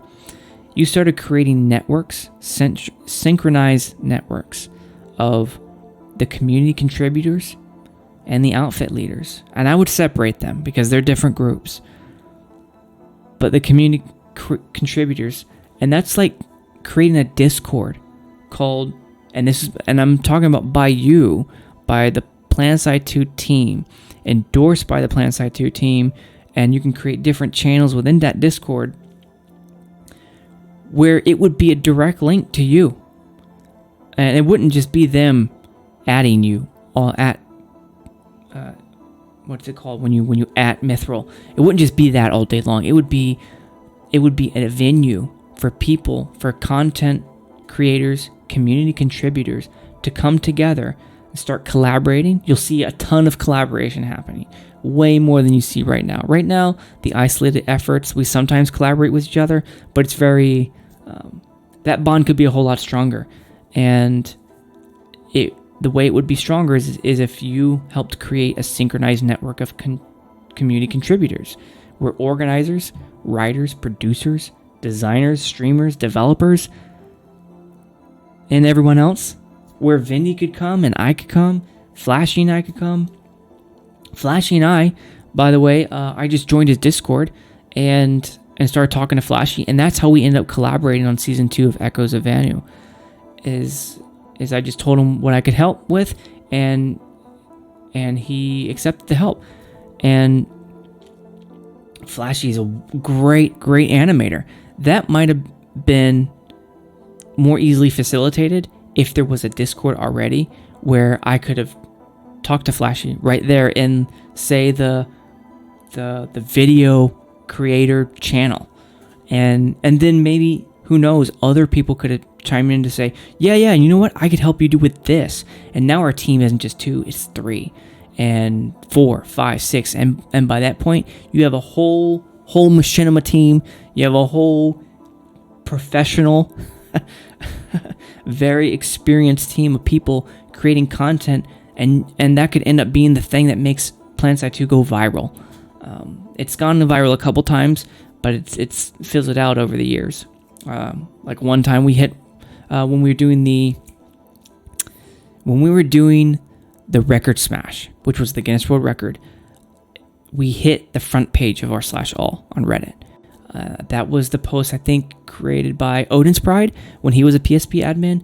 I'm pretty sure, I think it was him who created it, or someone on his team that created the marketing thread for that. It ended up hitting the front page. So we went viral status on Reddit. So that was pretty cool. And that was one of the big things that contributed to the huge increase in users shortly thereafter.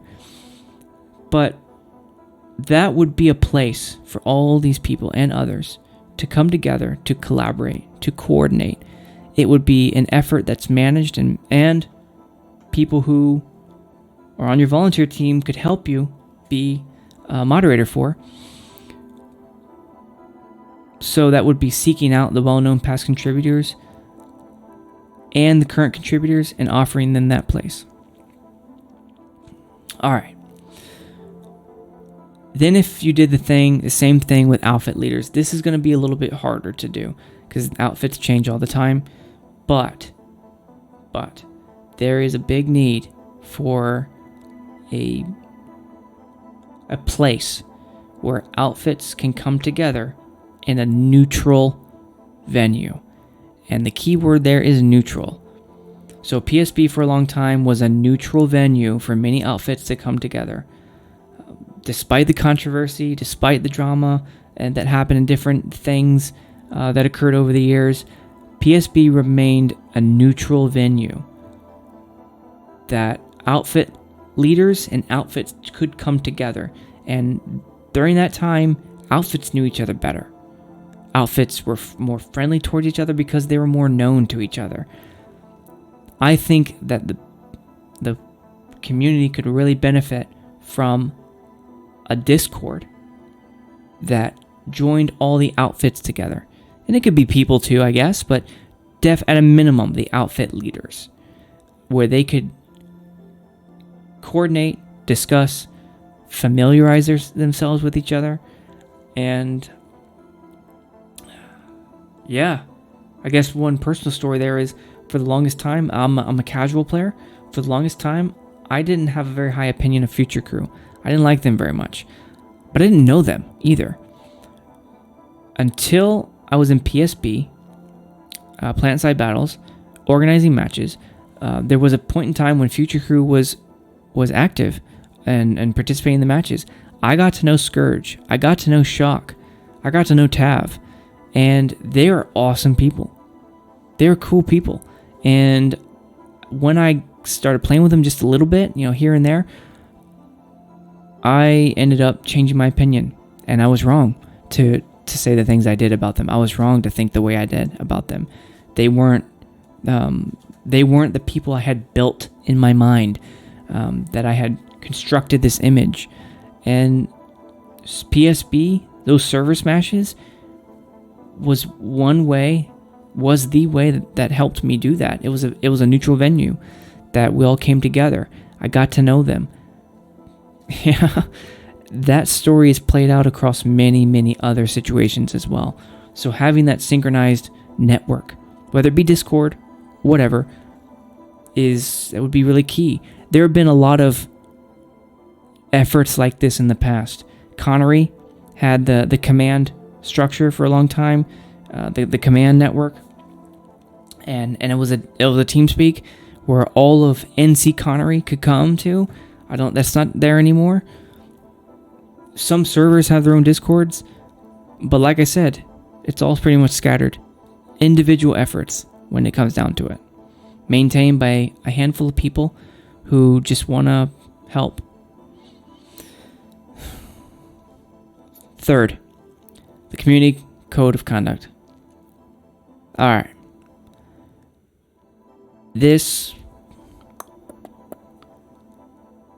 When this was introduced during Outfit Wars, or shortly before Outfit Wars started, by Rel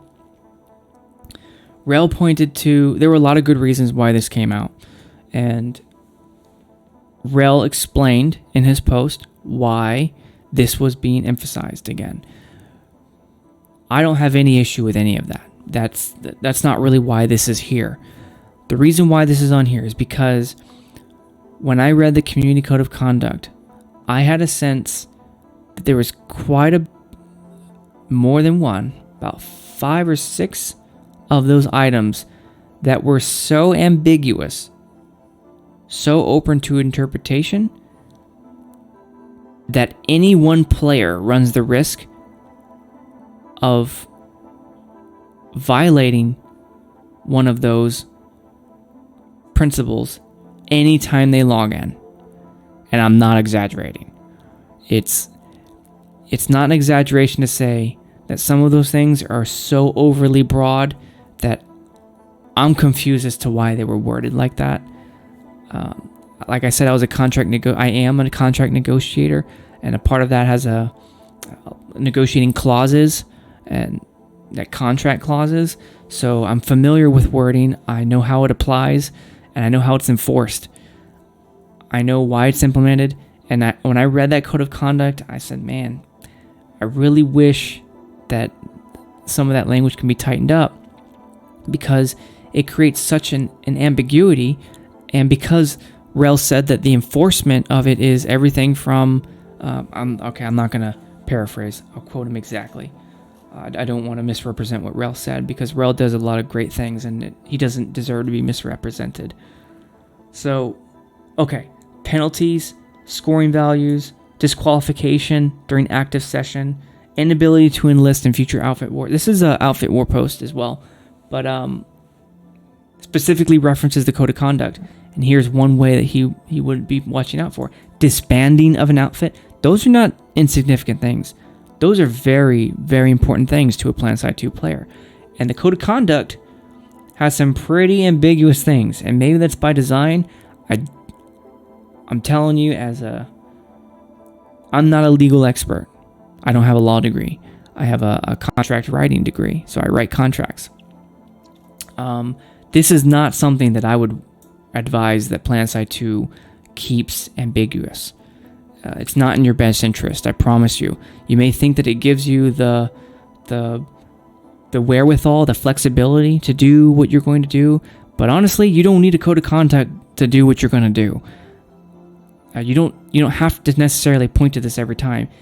It may help, but the negatives far outweigh the benefits. I have professional expertise in this. I know what I'm talking about. The negatives outweigh the benefits on this one. Particularly, where is it? Where's the laws? The one that talks about laws. Did it go? Did it go away? Oh, here we go. Users may not violate any local, state, national, or international law or regulation.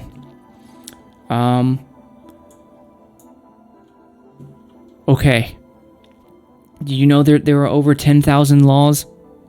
5,000 laws in the United States? Well over 10,000 laws internationally? Some of those laws, do you really want people to be abiding by the law of Iran? Of South Korea? Sorry, not South Korea. Of North Korea? Do you really want them to adhere to those type of laws? Because that's what this says. I'm not talking about how it's enforced. I'm talking about this is what it says. And people who want to abide by the rules are going to read this. They're going to read that and be like, how in the world am I supposed to abide by that? So you might say that it doesn't matter because it's not enforced. I disagree. I think you create a bad situation by having this here, because this is the rules you say you want your players to act, that you expect all players to follow. If you expect them to follow it, you should expect them to take it seriously. And these are the sort of ambiguous language that I do not think is a benefit to PlanetSide 2 by having that. And it's not just this, it's other stuff. There's one of them that makes it sound like if I were to have a Vanguard and I was on a galaxy, like I got my Vanguard on top of a galaxy and got that galaxy into a biolab, one of the old style biolabs. One of them here says known or unknown exploits or things that aren't intended by the development team. If I were to do that in a Vanguard, am I now in violation of the code of conduct? Because it was a Vanguard meant to get into the biolab on top of a galaxy? I don't think so. The lodestars aren't a thing in PlanetSide 2, like they were in PlanetSide. So I guess I just violated the community code of conduct. So that's the sort of stuff that I think needs help tomorrow. The clarification of the code of conduct. The reason why I don't think it needs help yesterday is because it's already there. It's already there right now, and the sooner that you could add example scenarios or clarify ambiguous language, the better off the community will be in backing off. And and the reaction was exactly the way I thought it would be when that post was made. It was confusion. People were like, "What am I supposed to do here with that?" It's living with an axe over your head, just waiting to be swung down on your neck, and you don't know which one, because you know you're pretty much in violation of something every time. And if you don't think you are, reread it, because it's really, really ambiguous. It's just a big gaping hole. So I recommend Community Manager clarifies that as soon as you can. And then last but not least, meet and coordinate with current community organizers. There are a lot of people doing a lot of great things. I mentioned them many times already. The admins at PSB, PlanetSide Battles, been around since 2014, 15, I think, is when I co-founded it with Alleluia and Dotsor, and organized the old server smashes. Now they're doing community clashes, or community smashes, logistic smashes, all sorts of mid to large scale competitive events and casual events. PlanetSide Infantry League, I don't have a whole lot of familiarity with them. From what I understand, they're more competitive small infantry matches that are held on Jaeger. Speedrunners, that's the new kid on the block. I think, if I recall, created and hosted by Shocktor. Pretty cool event to watch him to do. I watched a little bit of it. It's pretty cool. I highly recommend it. Really, I heard Afleck and Shocktor, I think, or maybe it was Sirius, talking about that. Speedrunners offer something that I don't think anyone's ever done before, that I remember. And that's, you get to see side by side the play styles of people, not just some of the best players in the game going at it. And you can see, I'm pretty sure it was Shocktor who was talking about this at one point, and he said that you can see like what they're looking at, what they're paying attention to. You can see how they play, how they got that kill. And in a competitive event where they're facing off against someone, you can see both of them. It's awesome. I highly recommend it. It just gives you a lot of fidelity into the game and the story of the game. I know Deeg's really interested in player stories, and that's something where you can see the player stories emerge. So search for others. I'm sure there are others out there. I can't recall them right now, and I know they're doing great work as well. But when you meet with them, my recommendation is to establish some unified operating parameters. And that could be scheduling them so they don't conflict with each other. Maybe not required, but that would definitely help out a lot in the collaboration between the different groups. Because there can sometimes be, in a moment of realism here and in all transparency, there can sometimes be some tension between the different groups, because they while they might offer different things to different styles of players, they're within the same community play space. So at the very least, some deconfliction of that tension could really help out in strengthening the bonds that these groups and others can have. So we need that third party, that neutral PlanetSide 2 party, to help deconflict that, because that to me is like the arbiter of all of this. So establishing unified operating parameters, I don't know what that may look like. That could be anything from rules to calendar, deconflicting calendar events, whatever. Maybe none of that, but definitely something to help open the dialogue and create a shared expectation that we all can live by. That would be really helpful. So those are things that I think need help tomorrow. And if they happen, you'll see an immediate benefit. I think that's I'm pretty safe in saying that for all of these things here. So I've been going on for almost 2 hours now. I'm going to take a quick break and then come back. So maybe 2 to 3 minutes, and yeah, thank you.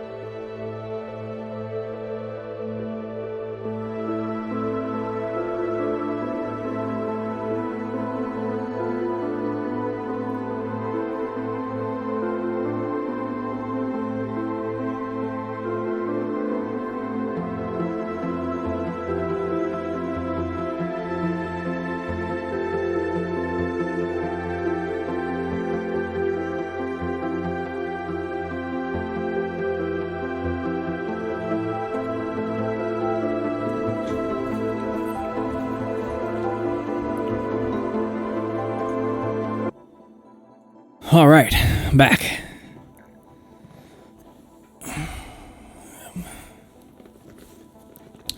Okay, so what we talked about so far is we talked about the different pillars of the PlanetSide 2 community. The three pillars of the PlanetSide 2 game: community, player experience, RPG. We went over how that corresponds, how that interacts with the different considerations when you delve into what that looks like in the PlanetSide 2's game. Then looked at how that translates into doing things, different categories, and then prioritizing those categories. After being in the community, seeing all that stuff, taking those categories, turning them into actionable efforts that you can accomplish, prioritizing them, having some awareness on what the complexity and what a potential ranking of accomplishment would be. And then we delved into the specifics of all of what needs help yesterday, what needs help tomorrow. Now we're going to go into what needs help eventually. So what needs help eventually? And things that need help eventually, stuff that has a measurable benefit to the community, measurable benefit toward an active community, and a great player experience. So I've talked about this one already. Modify Outfit Wars tournament bracket so that gold goes last, not first like it did in Outfit Wars Alpha 3 or 2 or 3, whichever one it was. And then have enough time, a little, maybe 1-2 minute break even, between each match so that they don't overlap. It makes for a much more easier casting experience for the casters, PSB, Archie, the different people who are casting that event. We can follow that a whole lot easier if we don't have to, leave the gold match and then we're halfway through the silver match. We don't know what happened the first half. So, yeah. And that would probably be a discussion with Rel, I imagine, the lead designer. Then you have tracking the player-based sentiment. And I did talk about...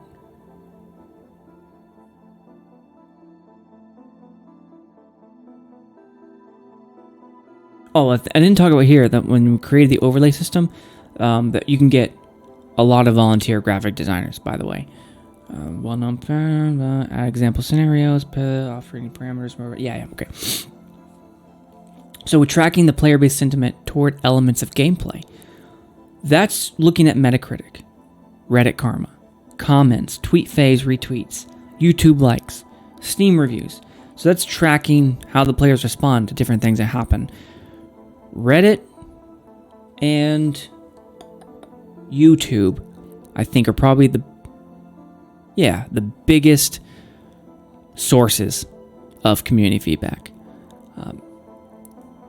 Twitter is kind of hard to put all that together unless you're tracking the same hashtag, but ultimately, those two things, you can get a really good sense of how things are being reacted by looking at Reddit and YouTube. I don't think there's anything else. I mean, Discord, but Discord's just like long streams of dialogue, so I mean, it's always good to be there, but when you track that player-based sentiment, you'll see what I'm showing you. You'll see the dialogue, you'll see the trends, you'll see the groups of reactions, and all I'm showing you here, basically, all I'm showing you these slides is those reactions across the last 8-9 years.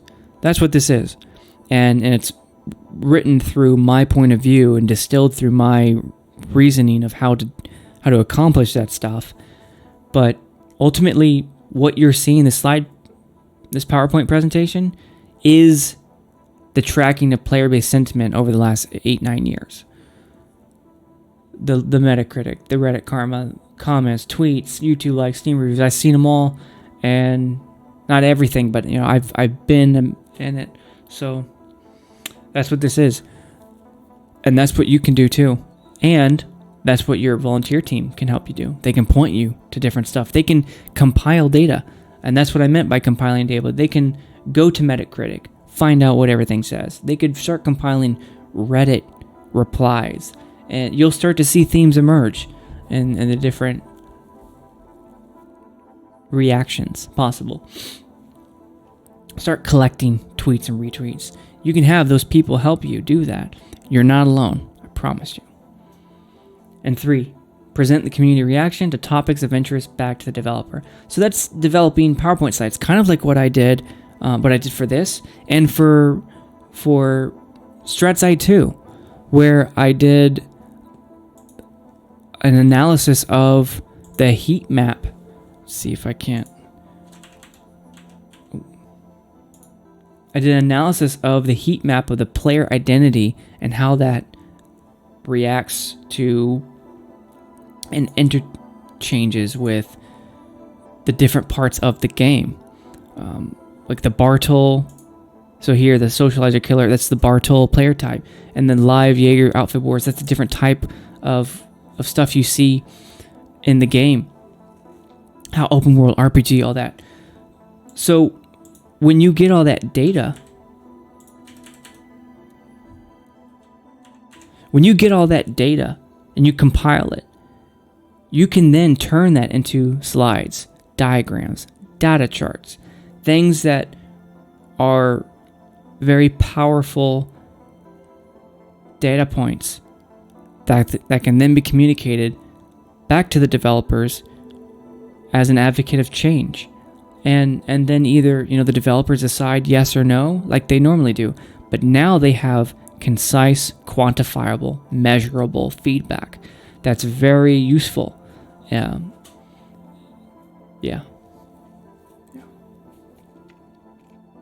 So facilitate matches showcasing specific styles of gameplay, such as max versus max, air versus air, ground versus ground. A lot of the player organizations, the community-led organizations, already do that. I haven't seen the max versus max. I have seen air versus air. Have seen ground versus ground. Infantry versus infantry. Like I think PIL is all infantry. PSB, they do a lot of different stuff. But offering your support to them, and that could be in the form of endorsement, of Launchpad, of retweeting, Twitch rebroadcasting, all sorts of stuff like that. That's the facilitation, account resets, observer camera distribution. That's the sort of support that these organizations need to be effective in providing a performance, offering a product back to the community to keep the community active, vibrant. Update repository of Discords, TeamSpeak, Outfit websites, tools. Oof, there are more tools and repositories than there's a lot. So, PlanetSide Universe.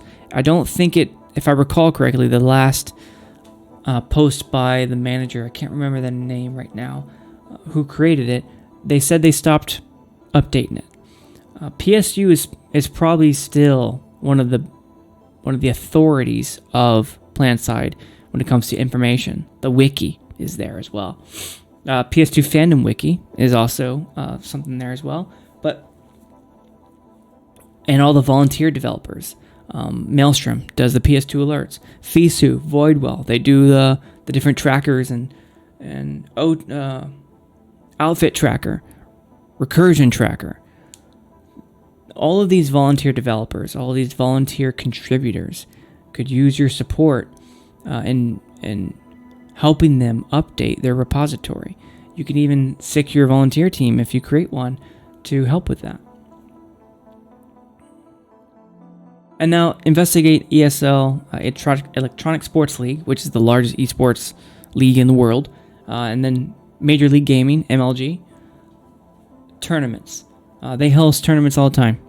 And there are a lot of collegiate level stuff, all sorts of things that are available in esports. Esports is kind of, sort of, a dirty word in PlanetSide 2 because of the MLG experience from 2012 to 2014-ish. A lot of good things came from that, but there were also some things that create a lot of tension within the community. And I think in the end, what it came down to was support for it died.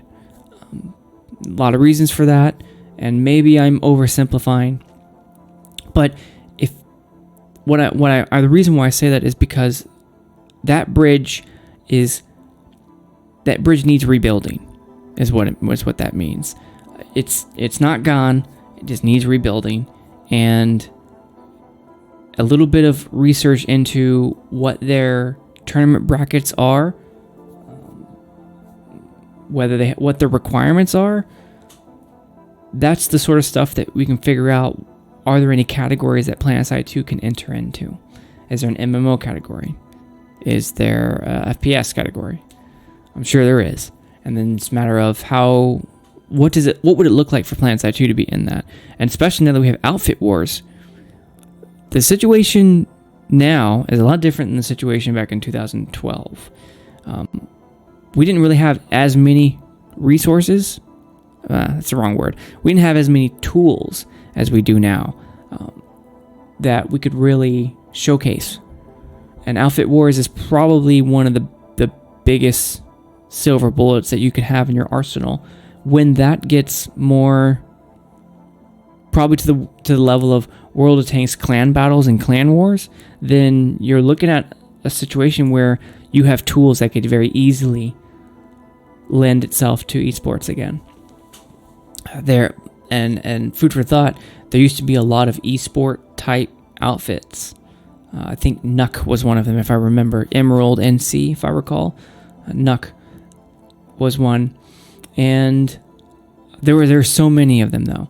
And for all of the flack and the tension that may have surrounded that, there was a lot of good coming from people who raised the game, raised the bar for everyone else.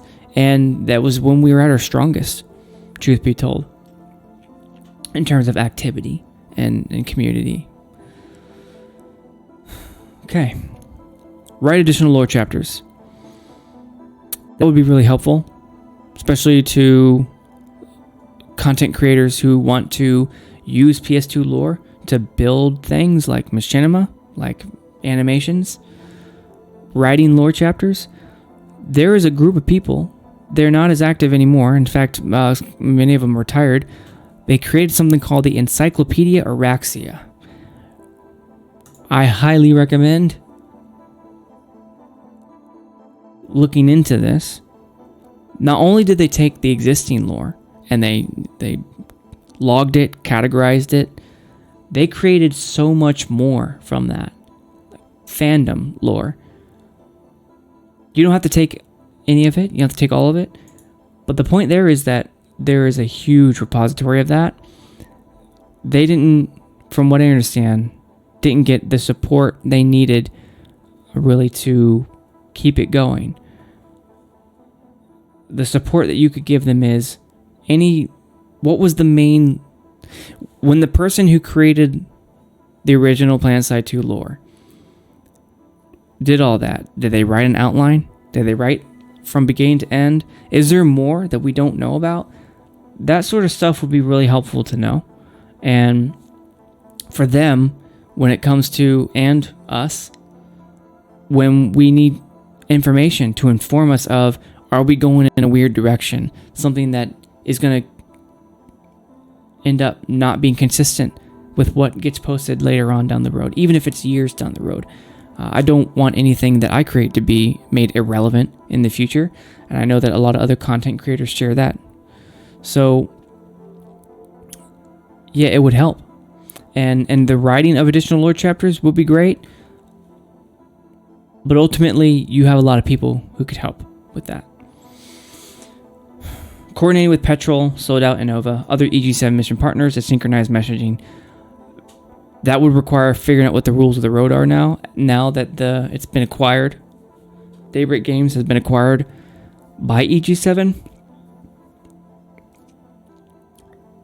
I think you would need to figure out what that relationship looks like between Daybreak Games and Petrol. Do you have to get permission from EG7 first? Do you have to get permission from, or who do you have to get permission from? What sort of resources does Petrol, Soda, Nova have available for PlanetSide 2? That might not be a community manager thing, but based on what I know about the acquisition and what these partners can offer, I think some of it would be. So then it probably would be smart to figure out what, if anything. The intent by the president, or the CEO of EG7, which is who everyone reports to now, including Rogue Planet Games, is his intent is to make everyone not codependent, what's the word? Coordinate with each other, is for them to share resources, is for them to work together. And I'm talking about these people right here. Toadman, Art Plant, Sold Out, Antimatter, Daybreak, Blue Bubble, Piranha, Petrol. That's who I'm talking about. Those are partners now in different parts of the gaming industry who are now part of the EG7 family that PlanetSide 2 is a part of. So figuring out what those rules are to be able to interact with them and to benefit from that relationship, I think that would be very helpful if that's done eventually. And then working with the greater gaming community. So podcasts, esports networks, gaming events. Over the years, especially when I was a PSP admin, I did a lot of podcasts with different esport networks. There was one called EPN, the Esports Professionals Network, Esports Cafe, the Esports Meditation. There's a lot of them. Some of them don't exist anymore, but I've done a lot of podcasts that's the wrong word. Being an advocate for PlanetSide 2 or speaking in some sort of gaming esports discussion where I wove PlanetSide 2 into it, where it was reasonable to do that. That's something that the community manager could do as well. And as part of being a face of the game, that would be an appropriate thing to do. And also, whenever I did that, I saw it's free publicity. And some of these networks are quite extensive. And it was one of the reasons why I didn't have as much pull and get as far as I could with it is because I didn't represent Daybreak Games. I didn't represent PlanetSide 2. I was an enthusiastic PlanetSide 2 player and fan and organizer, but I didn't have that same title that the community manager does. So I think that the community manager for PlanetSide 2 would get a lot further than I did. And then build on the 2007 ESL agreement. That's an agreement that when I was PSP admin, I was looking for different partnerships. And I struck up a conversation with one of the ESL department heads of online gaming. So he ran, what was it? It was an ESL tournament website run by ESL.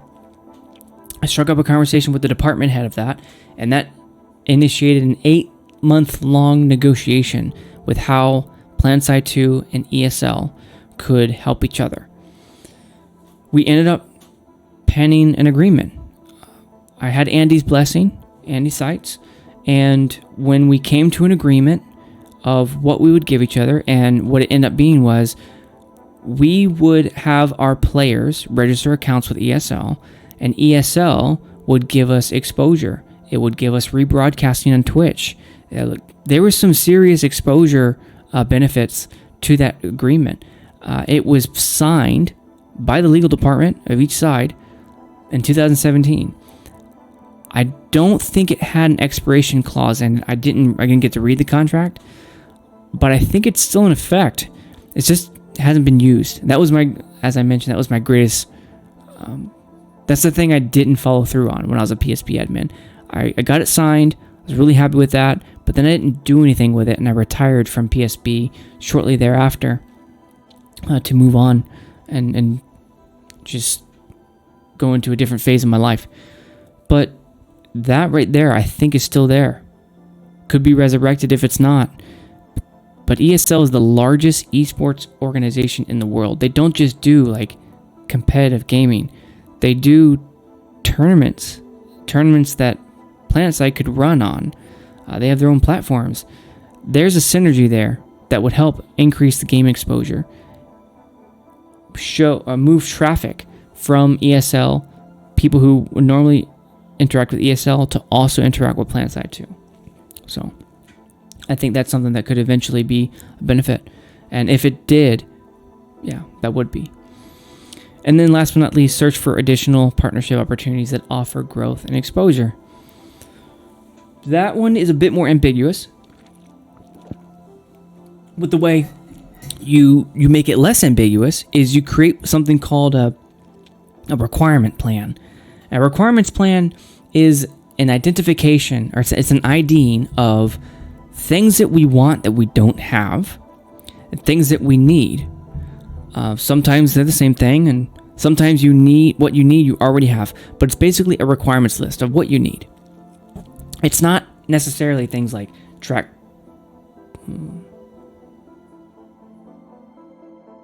I guess it would be something like that. Track player-based sentiment.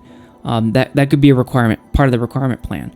I guess in the end you could make this whole thing your requirements plan. It might have different stuff in it, but it would look kind of like that. And the requirements plan identifies what you need to exist, what you need to survive, and it would also identify what you need to be successful. And it all depends on what you want to do with how you want to form it. It could look many different ways, but the requirements plan would, this would be the requirements plan, one of them. What you do with that requirements plan is you then create something called a capability decision document, a CDD. A capability decision document is the plan you put in place to go do that thing. So it would be build on ESL agreement. That would be in the requirements plan. It's more of like a top-down, zoomed out.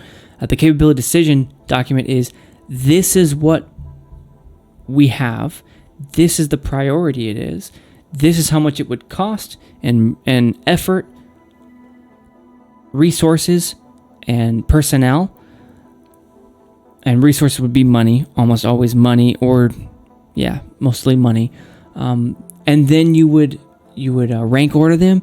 You would add a complexity factor to it. So, because not everything is like I added a little complexity outline or a column earlier, and then you would at that point in time,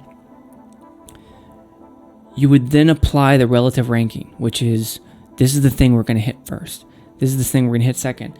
In fact, I kind of made a CDD out of this PowerPoint. It just, it's a PowerPoint instead of like a Word doc or an Excel is where you normally do that. But yeah, you do that CDD. That is the action plan. You use that action plan and you just go out and start doing stuff. And use it as your guide, your lighthouse. But you can search for additional partner opportunities that offer growth and exposure. When you can create a requirements plan for that. So what you can do is say,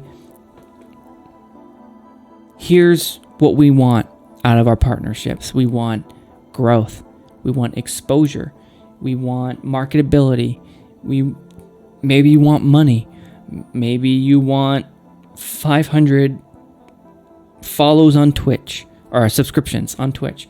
Maybe you want 1,000 new Twitter subscribers, followers. Keep getting the words mixed up. So that would be part of your requirements plan. And then your capability decision document would be, okay, how hard would it be to get 500 new followers? Who do we go to get that? How many people would it take to get that? How many hours would it take? How much money would it cost? So, for instance, not long ago, PlanetSide 2 struck up a deal with the Late Shift crew. I believe that's their name. Sorry if I got the name wrong. The Late Shift crew, and had those 3 or 4 streamers come online, play on live. It was a great event. They played, and then they left. That right there. Why did I bring that up? Requirements plan, capability decision document. That right there got PlanetSide 2 growth. It got exposure. How much? I don't know. I didn't look at the analytics behind that. But there was this is why I brought it up. There was a criteria list, most likely, that went behind that eventually ended up deciding on Late Shift is the people we want. Then we get in touch with Late Shift and figure out, okay, here is exactly what we need. And can we find middle ground on that? But there are so many. The reason why I'm bringing it up like this is because there are so many partner opportunities. I was in negotiation with about 3 organizations while I was talking to ESL. There were other non-esports companies that I was talking with, that Andy and I were talking with, and Two of them didn't pan out. I mean, they were promising, but ultimately exceeded what we were looking for. What one of them was, it was like a broadcast suite where you could show, almost like the NFL, how the NFL broadcasts their Super Bowl, like the different camera angles, that sort of thing.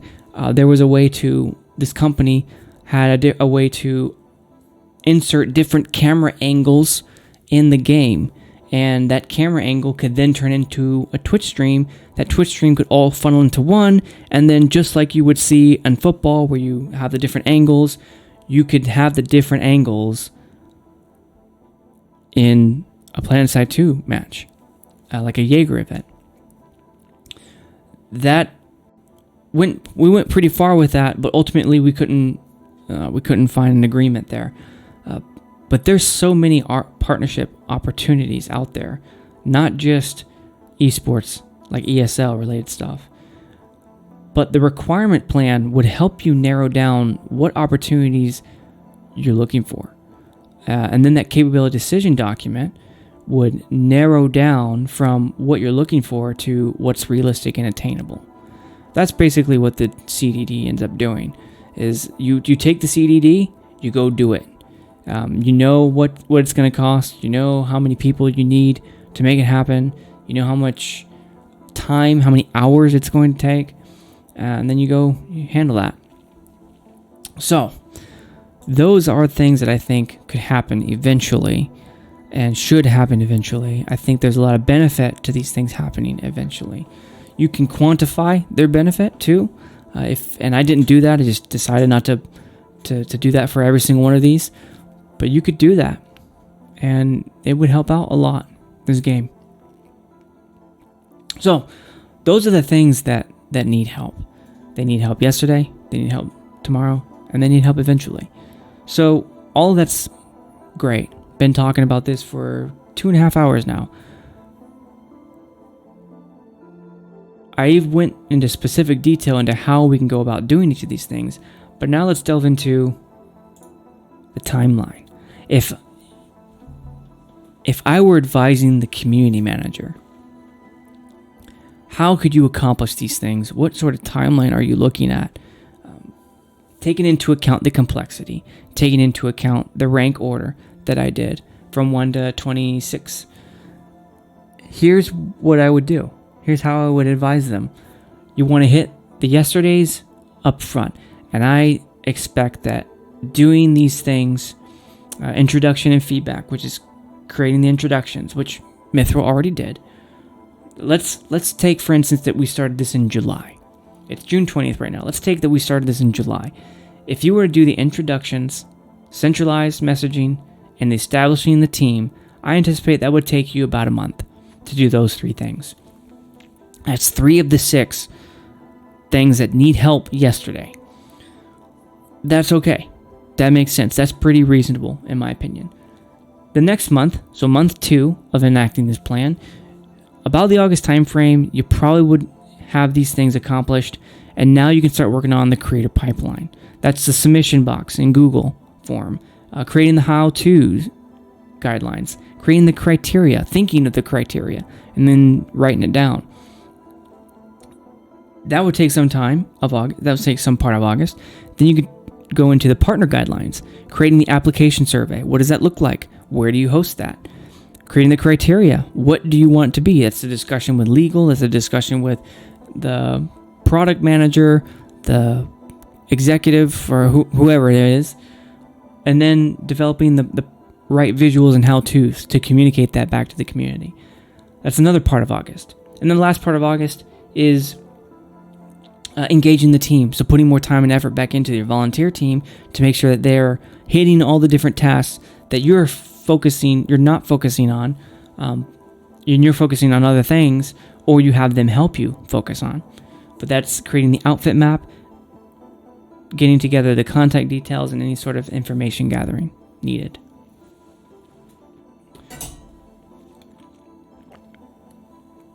So, I think it's going to take about 2 months to knock out the needs help yesterday. And I think that's a pretty realistic look based on the complexity. So, then we get into needs help tomorrow, the red exclamation mark. Starting in September is when I expect that the community manager and his team could get to that. And the first thing I recommend, create that Google Calendar. People have been without a Google Calendar for many years now, so they're not going to die without it. But in the minute you create that Google Calendar and you keep it updated, and you can have your team help you with that, you're going to see an immediate impact on people's ability to get connected into the community, to be active in the community. When we know what's happening, we can be present for what's happening. And that's what that Google Calendar can do for you. And because it's Google Calendar, you can publicly share it. You can embed it everywhere. There's even plugins in Discord that can show it now. It's great. So my recommendation, Google or whatever else, wherever else you want to do it. Then I would go into creating that overlay.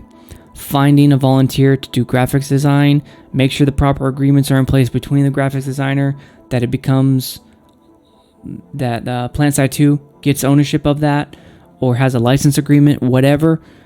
Creating the overlay, which is the media and streamer kit for your content creators and your contributors to use to streamline their efforts and to make everything more presentable and standardized and synchronized. Then start posting everywhere. Twitter, Facebook, YouTube. Post everywhere. I imagine that this is something only you as the community manager can do, because being able to post everywhere is having access to these different accounts. I don't imagine that, I don't know, but I'm assuming only the community manager or only the PS2 team has access to that stuff. So you would be posting everywhere. And you're already kind of doing this, Mithril, so, nothing says you can't do it over here, but by this point in time, you'd be posting everywhere. You'd have the time to do that. And then this is when I would make the second call for the IDing more motivated players to further augment the team that you established in July. So here in September, you post the application in Reddit everywhere, and ID those players, find them, add them to the team, and now you have an even bigger team with which to do all of these things here that you're trying to accomplish, and other things, maybe get a jump start on other things that you haven't been able to get to yet. Okay, so here in October, present IOI.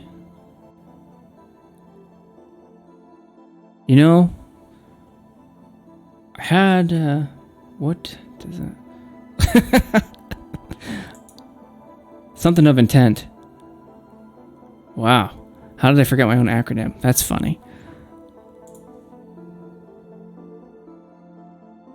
Something of intent. Present the intent to the players. That's the visual diagrams. That's the roadmap.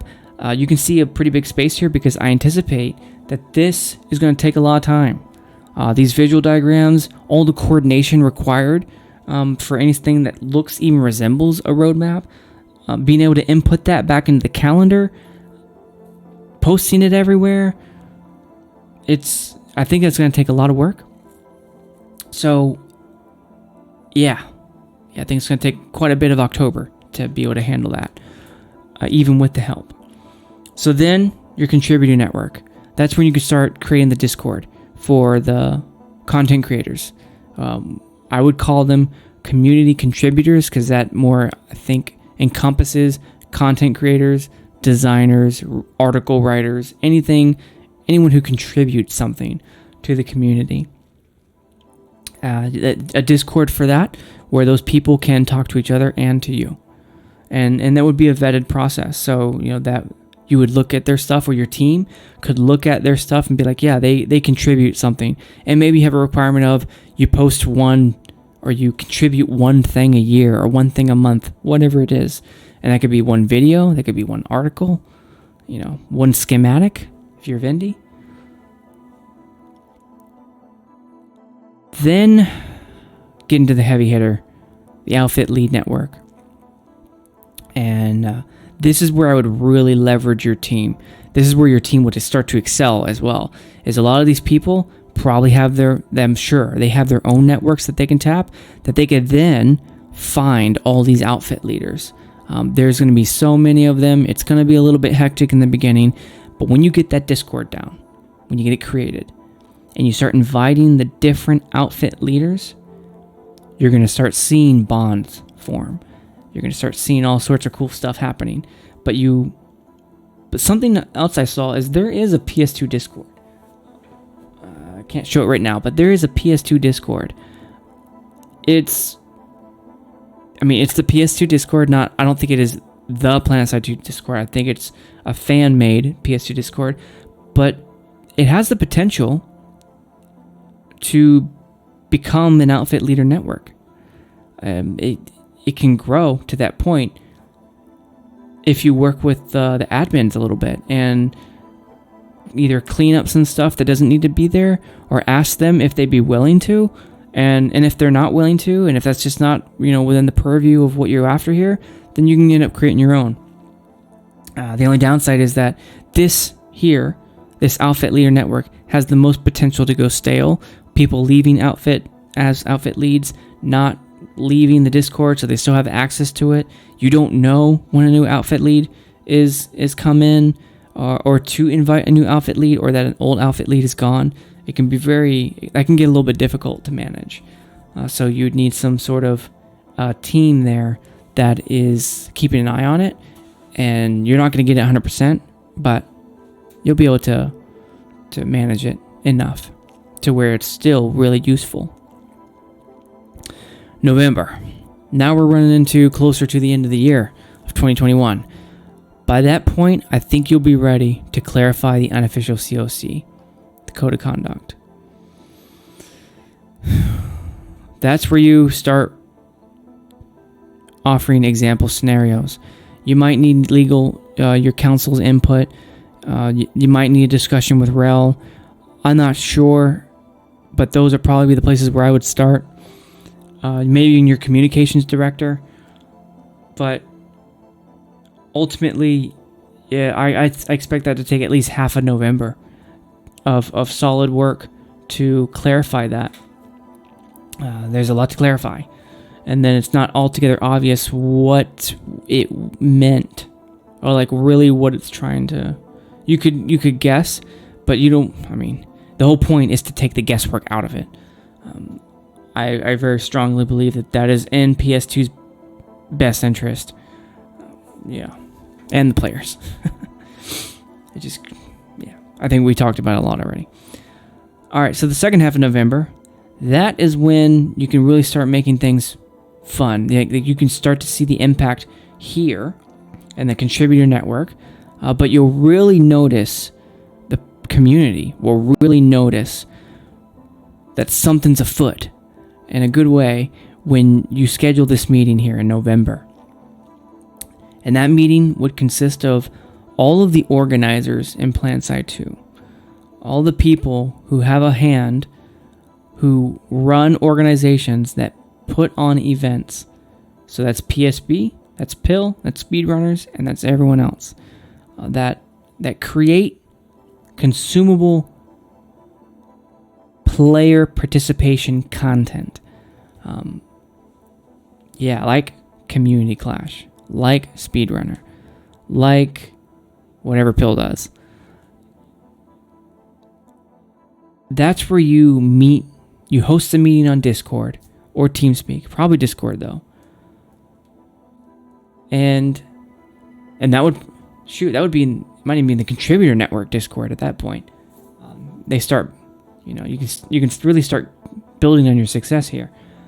But you have them all meet together in the same room, and you sit down and you open the dialogue. And the way I would advise that this be handled is, what you're not looking for is to come out having dictated what's going to happen from then on in. You could try that. I think that's a bad idea. You want to amplify the good. My advice, you want to amplify the good that is already there. It's already there. These people are already putting in hours. They're already well versed in what's happening in the community. So you want to amplify that good that's already there. Build on it instead of imposing something else, third party. That's my recommendation. So the way I would handle this, if I were there hosting that meeting, is I'd have PSP Pill speedrunners. The dialogue that I would open is, hey, we're all here to build a better community, make things more active. I want to talk about what that might look like. You're all three running different events, and I want to talk about if there's anything having to do with, should we do a schedule? Is it a good idea to deconflict? What sort of needs do you all have from us? And I'm speaking as if I were a community manager. What sort of needs would you have on the PlanetSide 2 team? What sort of needs do you have of each other? After that, the way forward will become very, very clear. I'm quite certain that the solution will present itself. If they're already working right now. They might not just be working together. I think PSP and Pill have a relationship. I don't think Speedrunners does with the others, but I could be wrong. However, the solution will present itself. And that meeting, to me, is what a lot of this... no, I lied. It's not what a lot of this is going toward. But this right here, I think, will be pretty huge in PlanetSide 2 having an active future. A lot of these people have some support right now. I know they have observer cameras. I know they get password resets. But if you really want to get to the next level when it comes to organization, offering presentable products to create an active and keep an active community, have that meeting with them. Have that meeting with them and each other together. And then just open it up. What do you need from PlanetSide 2? What do you need from each other? And as long as you keep the dialogue friendly or civil, then I think you'll have walked away with a much greater benefit. What else? Okay, so that'll probably take up all of November, I imagine, because I think that there'll be quite a number of action items come from that'll require some time and effort, some coordination between you, the community manager.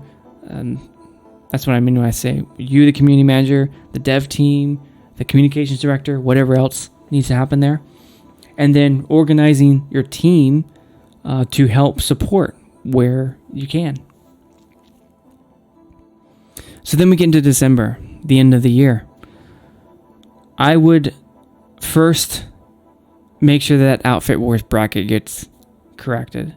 That was the whole gold goes last thing, and more time between the matches. Just check with Rail to make sure that that's happened. That's my advice based on what I talked about and why. And then at that point, your team, your volunteer team, should have tracked have 1, 2, 3, 4, 5, at least 5 months of player sentiment that they could have tracked by now. Like I mentioned, that's recording Metacritic, Karma, comments, fave, retweets, YouTube likes, Steam reviews, tracking the trends over time. And it's a little bit tedious of work, but it's when you start establishing those trends, you can start influencing where you need to. You get a much greater insight on where to start pinpointing what is the most use for your time and get your biggest bang for your buck.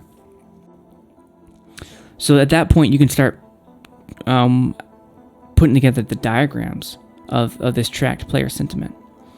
But definitely at that point, have a repository of that stuff. And that could be something you can easily put in Google Docs or Google Excel. All right, and now we're getting toward the end of December, where you created those slides, those diagrams, those data charts, put them together in a PowerPoint presentation, something like this maybe, present it back to the devs and have it have it end with an end state, a conclusion, this is where this is all leading up to. Can we make this action happen? And that's how I think you end up fulfilling being an advocate for change. At that point, you're a trusted POC for the PlanetSide 2 game. You're the face of the game. You have liaised with the community, and you've been liaising with the community. You're rocking it at that point. That's my opinion. And the rest of those eventualities, which is what you've hit in December now, you've knocked out the needed done yesterdays in July, August. You knocked out needed done tomorrow in September and October and November. And now you're in needs help eventually in December. Here's the first 3. That's what I could fit in December. Now you're able to get the rest of the eventualities later on. And just over time, knocking it down. And there'll be new stuff that pops up. There'll be shifted priorities, all sorts of stuff like that. But when it comes down to a capability decision document, this is the sort of timeline that accompanies that to say, here's our plan of attack. And based on what I've given you so far on those efforts broken down, this is my plan of attack that I would advise if I were giving advice to the community manager. So, yeah. There we are. Almost 3 hours in. We're almost done. But this is the timeline. I hope you can see the effort that I put into this, because I put a lot of time into putting actionable, realistic, and attainable things that you could actually do as the community manager, that you could leverage right now. And these things aren't pie in the sky. This is stuff that you can accomplish. I've seen them accomplished. I've done a lot of these. And myself, I just wasn't a PS2 employee, a part of the PS2 Daybreak game team. So yeah, that's the timeline. Now we're going to go into one of the last things. Number 9, which is help. Mithril, help. This is my petition to you. I know I don't speak just for myself, but I'm not going to speak for anybody else, because I'm just not going to right now. But my petition to you, Mithril, we're glad you're here. Please help. I know you might be thinking it's your job. You're going to do what you need to do. When I say that, what I mean is that this game has been around for 9 years. Yeah, 9 years, since 2012 beta. The community, the dev team, everybody involved in this space has changed, has gone through good things, bad things, has seen a lot of tension. We've been through a lot. And some of us have known each other for many, many years. You're walking into an environment where there are established norms, there's a culture. And I don't say that to say, figure it out or make sure you adhere to it. You're going to contribute to the culture too. I already know that. You're doing it right now with the postings that you're making. I really appreciate you responding and being so hospitable. What I'm trying to say is that there's a lot of history, a lot of context. Things are not black and white. They're not. Even what you might have thought was black and white, what you've heard of what happened in Outfit Wars, it wasn't. If you think that things are black and white, go take a look at Commander Sirius's in-depth look at how the Connery match went down and the 2v1, the king making that happened there. That wasn't even black and white. And I assure you, even if it looks like it was, go watch the video. I think you'll be surprised at what you hear, even if it doesn't change your opinion that it was still 2v1, it was still kingmaking, and it was still against the rules. There's context there that, at the very least, you should know about. So that first bullet there is we've been without an out in front community manager for years. We've had community managers over the years. I'm not sure if there was a time when we didn't have a community manager. There might have been a period, but we've been out. We haven't really had a community manager that's been involved. No, that's the wrong word. Talking to us. Yeah, I'll just say that. Talking to us. I haven't seen it. A lot of other people, I've asked other people if they've seen them, and this isn't a dig at previous community managers. There was a point in time, like I mentioned, the development team, the PS2 team went through a lot of challenges. My observation is that, well, I'll just say this. We're at the point we've been able to do this on our own, by ourselves, for a long time. We've been sustaining ourselves by ourselves for a long time. And that's contributed to a lot of the isolated silos that you'll be seeing. And the community's a bit scattered. We need help to bring it together. We need your help to help synchronize, to strengthen bonds. And yeah.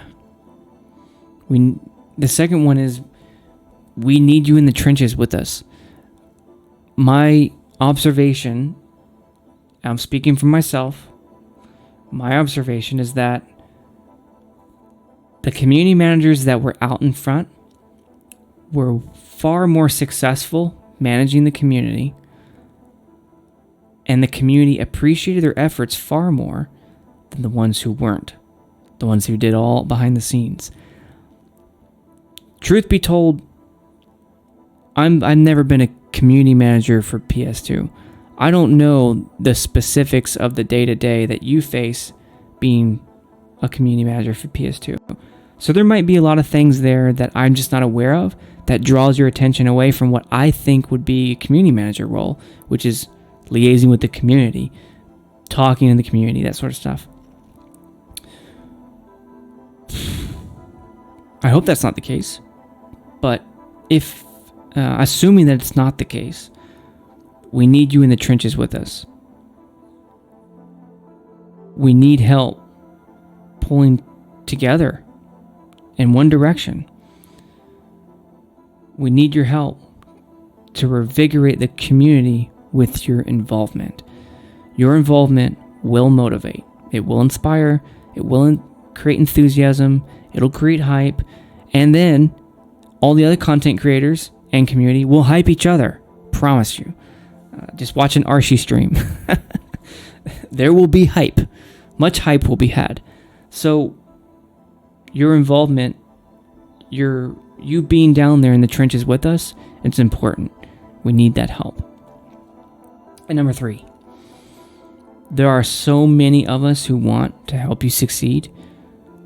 It's not even worth listing all the names because I'd be listing half the community. And I'm sure the other half, they're the ones playing. They don't go on Reddit or YouTube or anything like that. They would help you too if they wanted to get involved in that way. I'm pretty sure of that. But there are so many of us who the number of people I've met in PlanetSide 2 that have had stories like I mentioned earlier, just professional. They're professionals. There's no other word for it. Experts in their field. One person, he was a PSB admin. He was a professional broadcaster. Is that the right word? Producer. I think that was the better word. He's the guy sitting behind the camera of major news corporations, directing where cameras go. And that person who says, okay, we're going to go on camera 3, 3, 2, 1, hit it.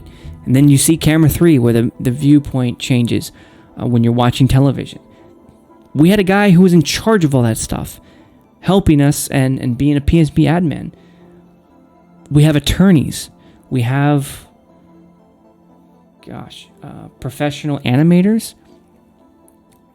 There are a lot of people who volunteer their time, who love volunteering their time because they care, they want to help the game, and because the game is fun, that want to help you. So, please let us help you. Please put that team together and look for people to come and just help you do things. I guarantee you there are a lot of things that they can do that is low risk to Daybreak games and Rogue Planet games. It's low risk. So I recommend, please take advantage of that expertise. There is a way to do it, and if the legal department says that there has to be agreements, there's a way to do that too. And I'm a contract negotiator. I'm a contract writer. I can write those contracts. I can, at the very least, advise and help templates, that sort of thing. And the last thing, not the last thing, I don't want to end on this one, but as you stay, in the very beginning, you've already experienced it, I know, there's going to be a bit of skepticism because of we haven't really seen that out in front CM for a number of years. There's going to be some skepticism about your involvement, about what you're here to do, about your role. There's going to be some skepticism by the community. I think it's expected. I don't think it's a surprise to you. And I want you to know that as the community sees your involvement here, as they see that you're here to stay, to help, a lot of that's going to go away. A lot of it can be boiled down to hope. There's a big degree, there's a large strain. When I say tired, I also meant hopelessness. When I was showing you the diagram earlier, when they see that hope, it's going to have a huge positive effect. And as you're here with us in the community doing these things, it's going to be it's going to be wonderful to see. So, like I said, really glad you're here. Very excited to see you become a part of the PS2 team. A lot of opportunities to excel, and we look forward to seeing you in action. So, we're here. We're at the summary. 3 hours and 2 minutes later. So in summary, here's the things we went over. The Community Manager is the link between the community and the Rogue Planet Games team. The 3 pillars of PS2, the things that really make a difference in this community, in this space, is the RPG team, which is the development team, the designers, the artists, the community manager, the community, and the player experience. Those 3 things, to me, is what makes up PlanetSide 2. There are a lot of common success paths. I'll just stick with success paths. There are previous success paths that have been tried and true and will result in a benefit, most of the time immediate benefit to the community if we're able to accomplish them. All of these efforts that I've put together, they're realistic and they're attainable. They can be done. And just to make sure that everyone is on the same page with me, this is not my attempt to snipe Mithril's job.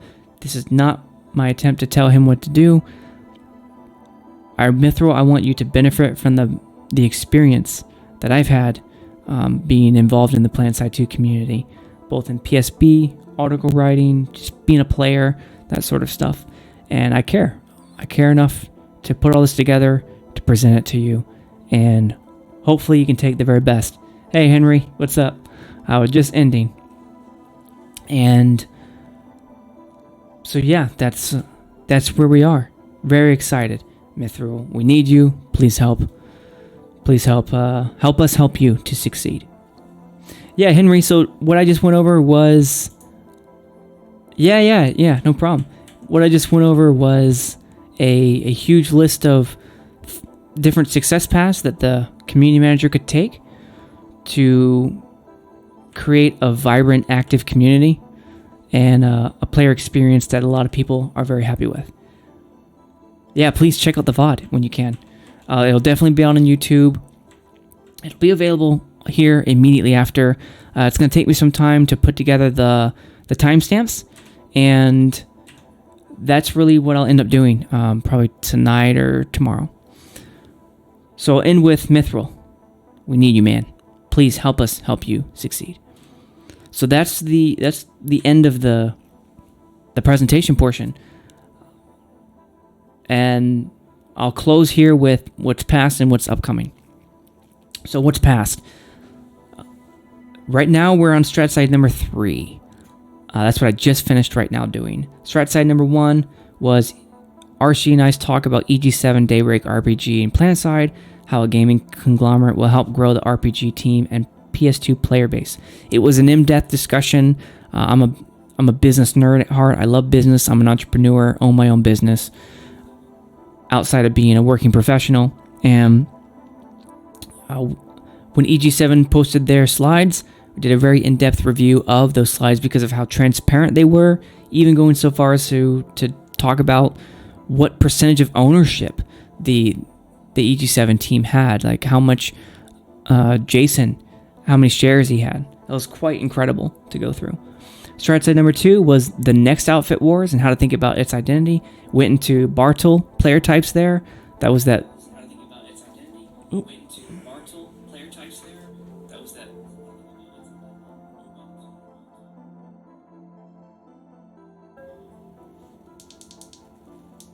There we go. Headphones popped off. All right. Oops. And that was Bartle player identities. How to think about the next outfit wars and the different considerations when you hear people talking about how outfit wars went. There's an underlying current there that I think is very important to talk about, and that's what I covered in StratSide 2. StratSide 3, which is what I just covered, Community Manager 2021 edition, which is day 1 in the seat and beyond, the different ways that the Community Manager could be successful here in PlanetSide 2. Upcoming, here are the things that I plan on making, and in August, I plan on doing a Game Designer 2021 edition. Again, these two here, Community Manager and Game Designer, I did Reddit threads on them, and they were really well received, so I'm doing a long-form version of them. So the next one I'll talk about is the Game Designer 2021 edition, day 1 in the seat and beyond, different things that I think that could be implemented within the game design role that would have immediate positive impacts on PlanetSide 2. September, I'll most likely cover MMOs and MBGs. MBG stands for match-based games, which is how these game mechanisms play into the PS2 meta. And then October, something that is near and dear to my heart, Elite Fits and Zerg Fits, what they are and what they aren't. I am a Devil Dog, which is NC Connery. We're one of the largest outfits on the server, have been around since PlanetSide 1, and the Elite Fit versus Zerg Fit conversation has been around since beta and well before, and it's been a consistent dialogue. It goes up and down in intensity all the time, and I want to break it down. I want to break it down into a way that at least offers a different way, or at least different ways to think about it when talking about those sort of things. It's been an important conversation topic for a while. I've always been very fascinated by it, so I'm going to do an in-depth talk, and I want to put a lot of time into it. So those are the things that are upcoming in August, September, October, respectively. There might be a little bit of delay push depending on how fast I can get the the data together for all these things. So that is the talk. StratSide number 3. Community Manager, day 1 in the seat. Yeah, exactly, Henry. I agree. Day 1 in the seat and beyond 2021 edition. The different ways, efforts that a community manager in PlanetSide 2 could be successful. Thank you all very much for coming. I really appreciate it. So I'm gonna start the outro here, and Henry. Yeah, that's it. All done. What's up, Henry? How you doing, man?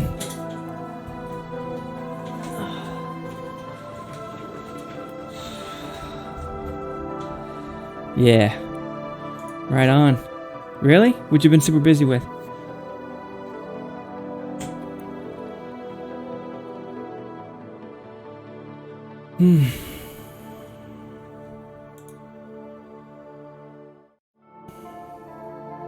Ooh. Alright. So Henry is doing an infantry workshop for an outfit. Right on, man. Where can people find that? Yeah, is it Twitch, YouTube, somewhere else? Where can they find that? It's private for now. Okay. Okay, so then everyone be looking out for Henry's infantry workshop for an outfit, and right on. Yeah, I'm really looking forward to the Elite Fit versus Surge Fit talk. I did match-based games. I did an article on that many years ago, so I'll probably end up doing a long-form version of that. That was pretty fun to do as well. That was back when I was in PSB. So, right on.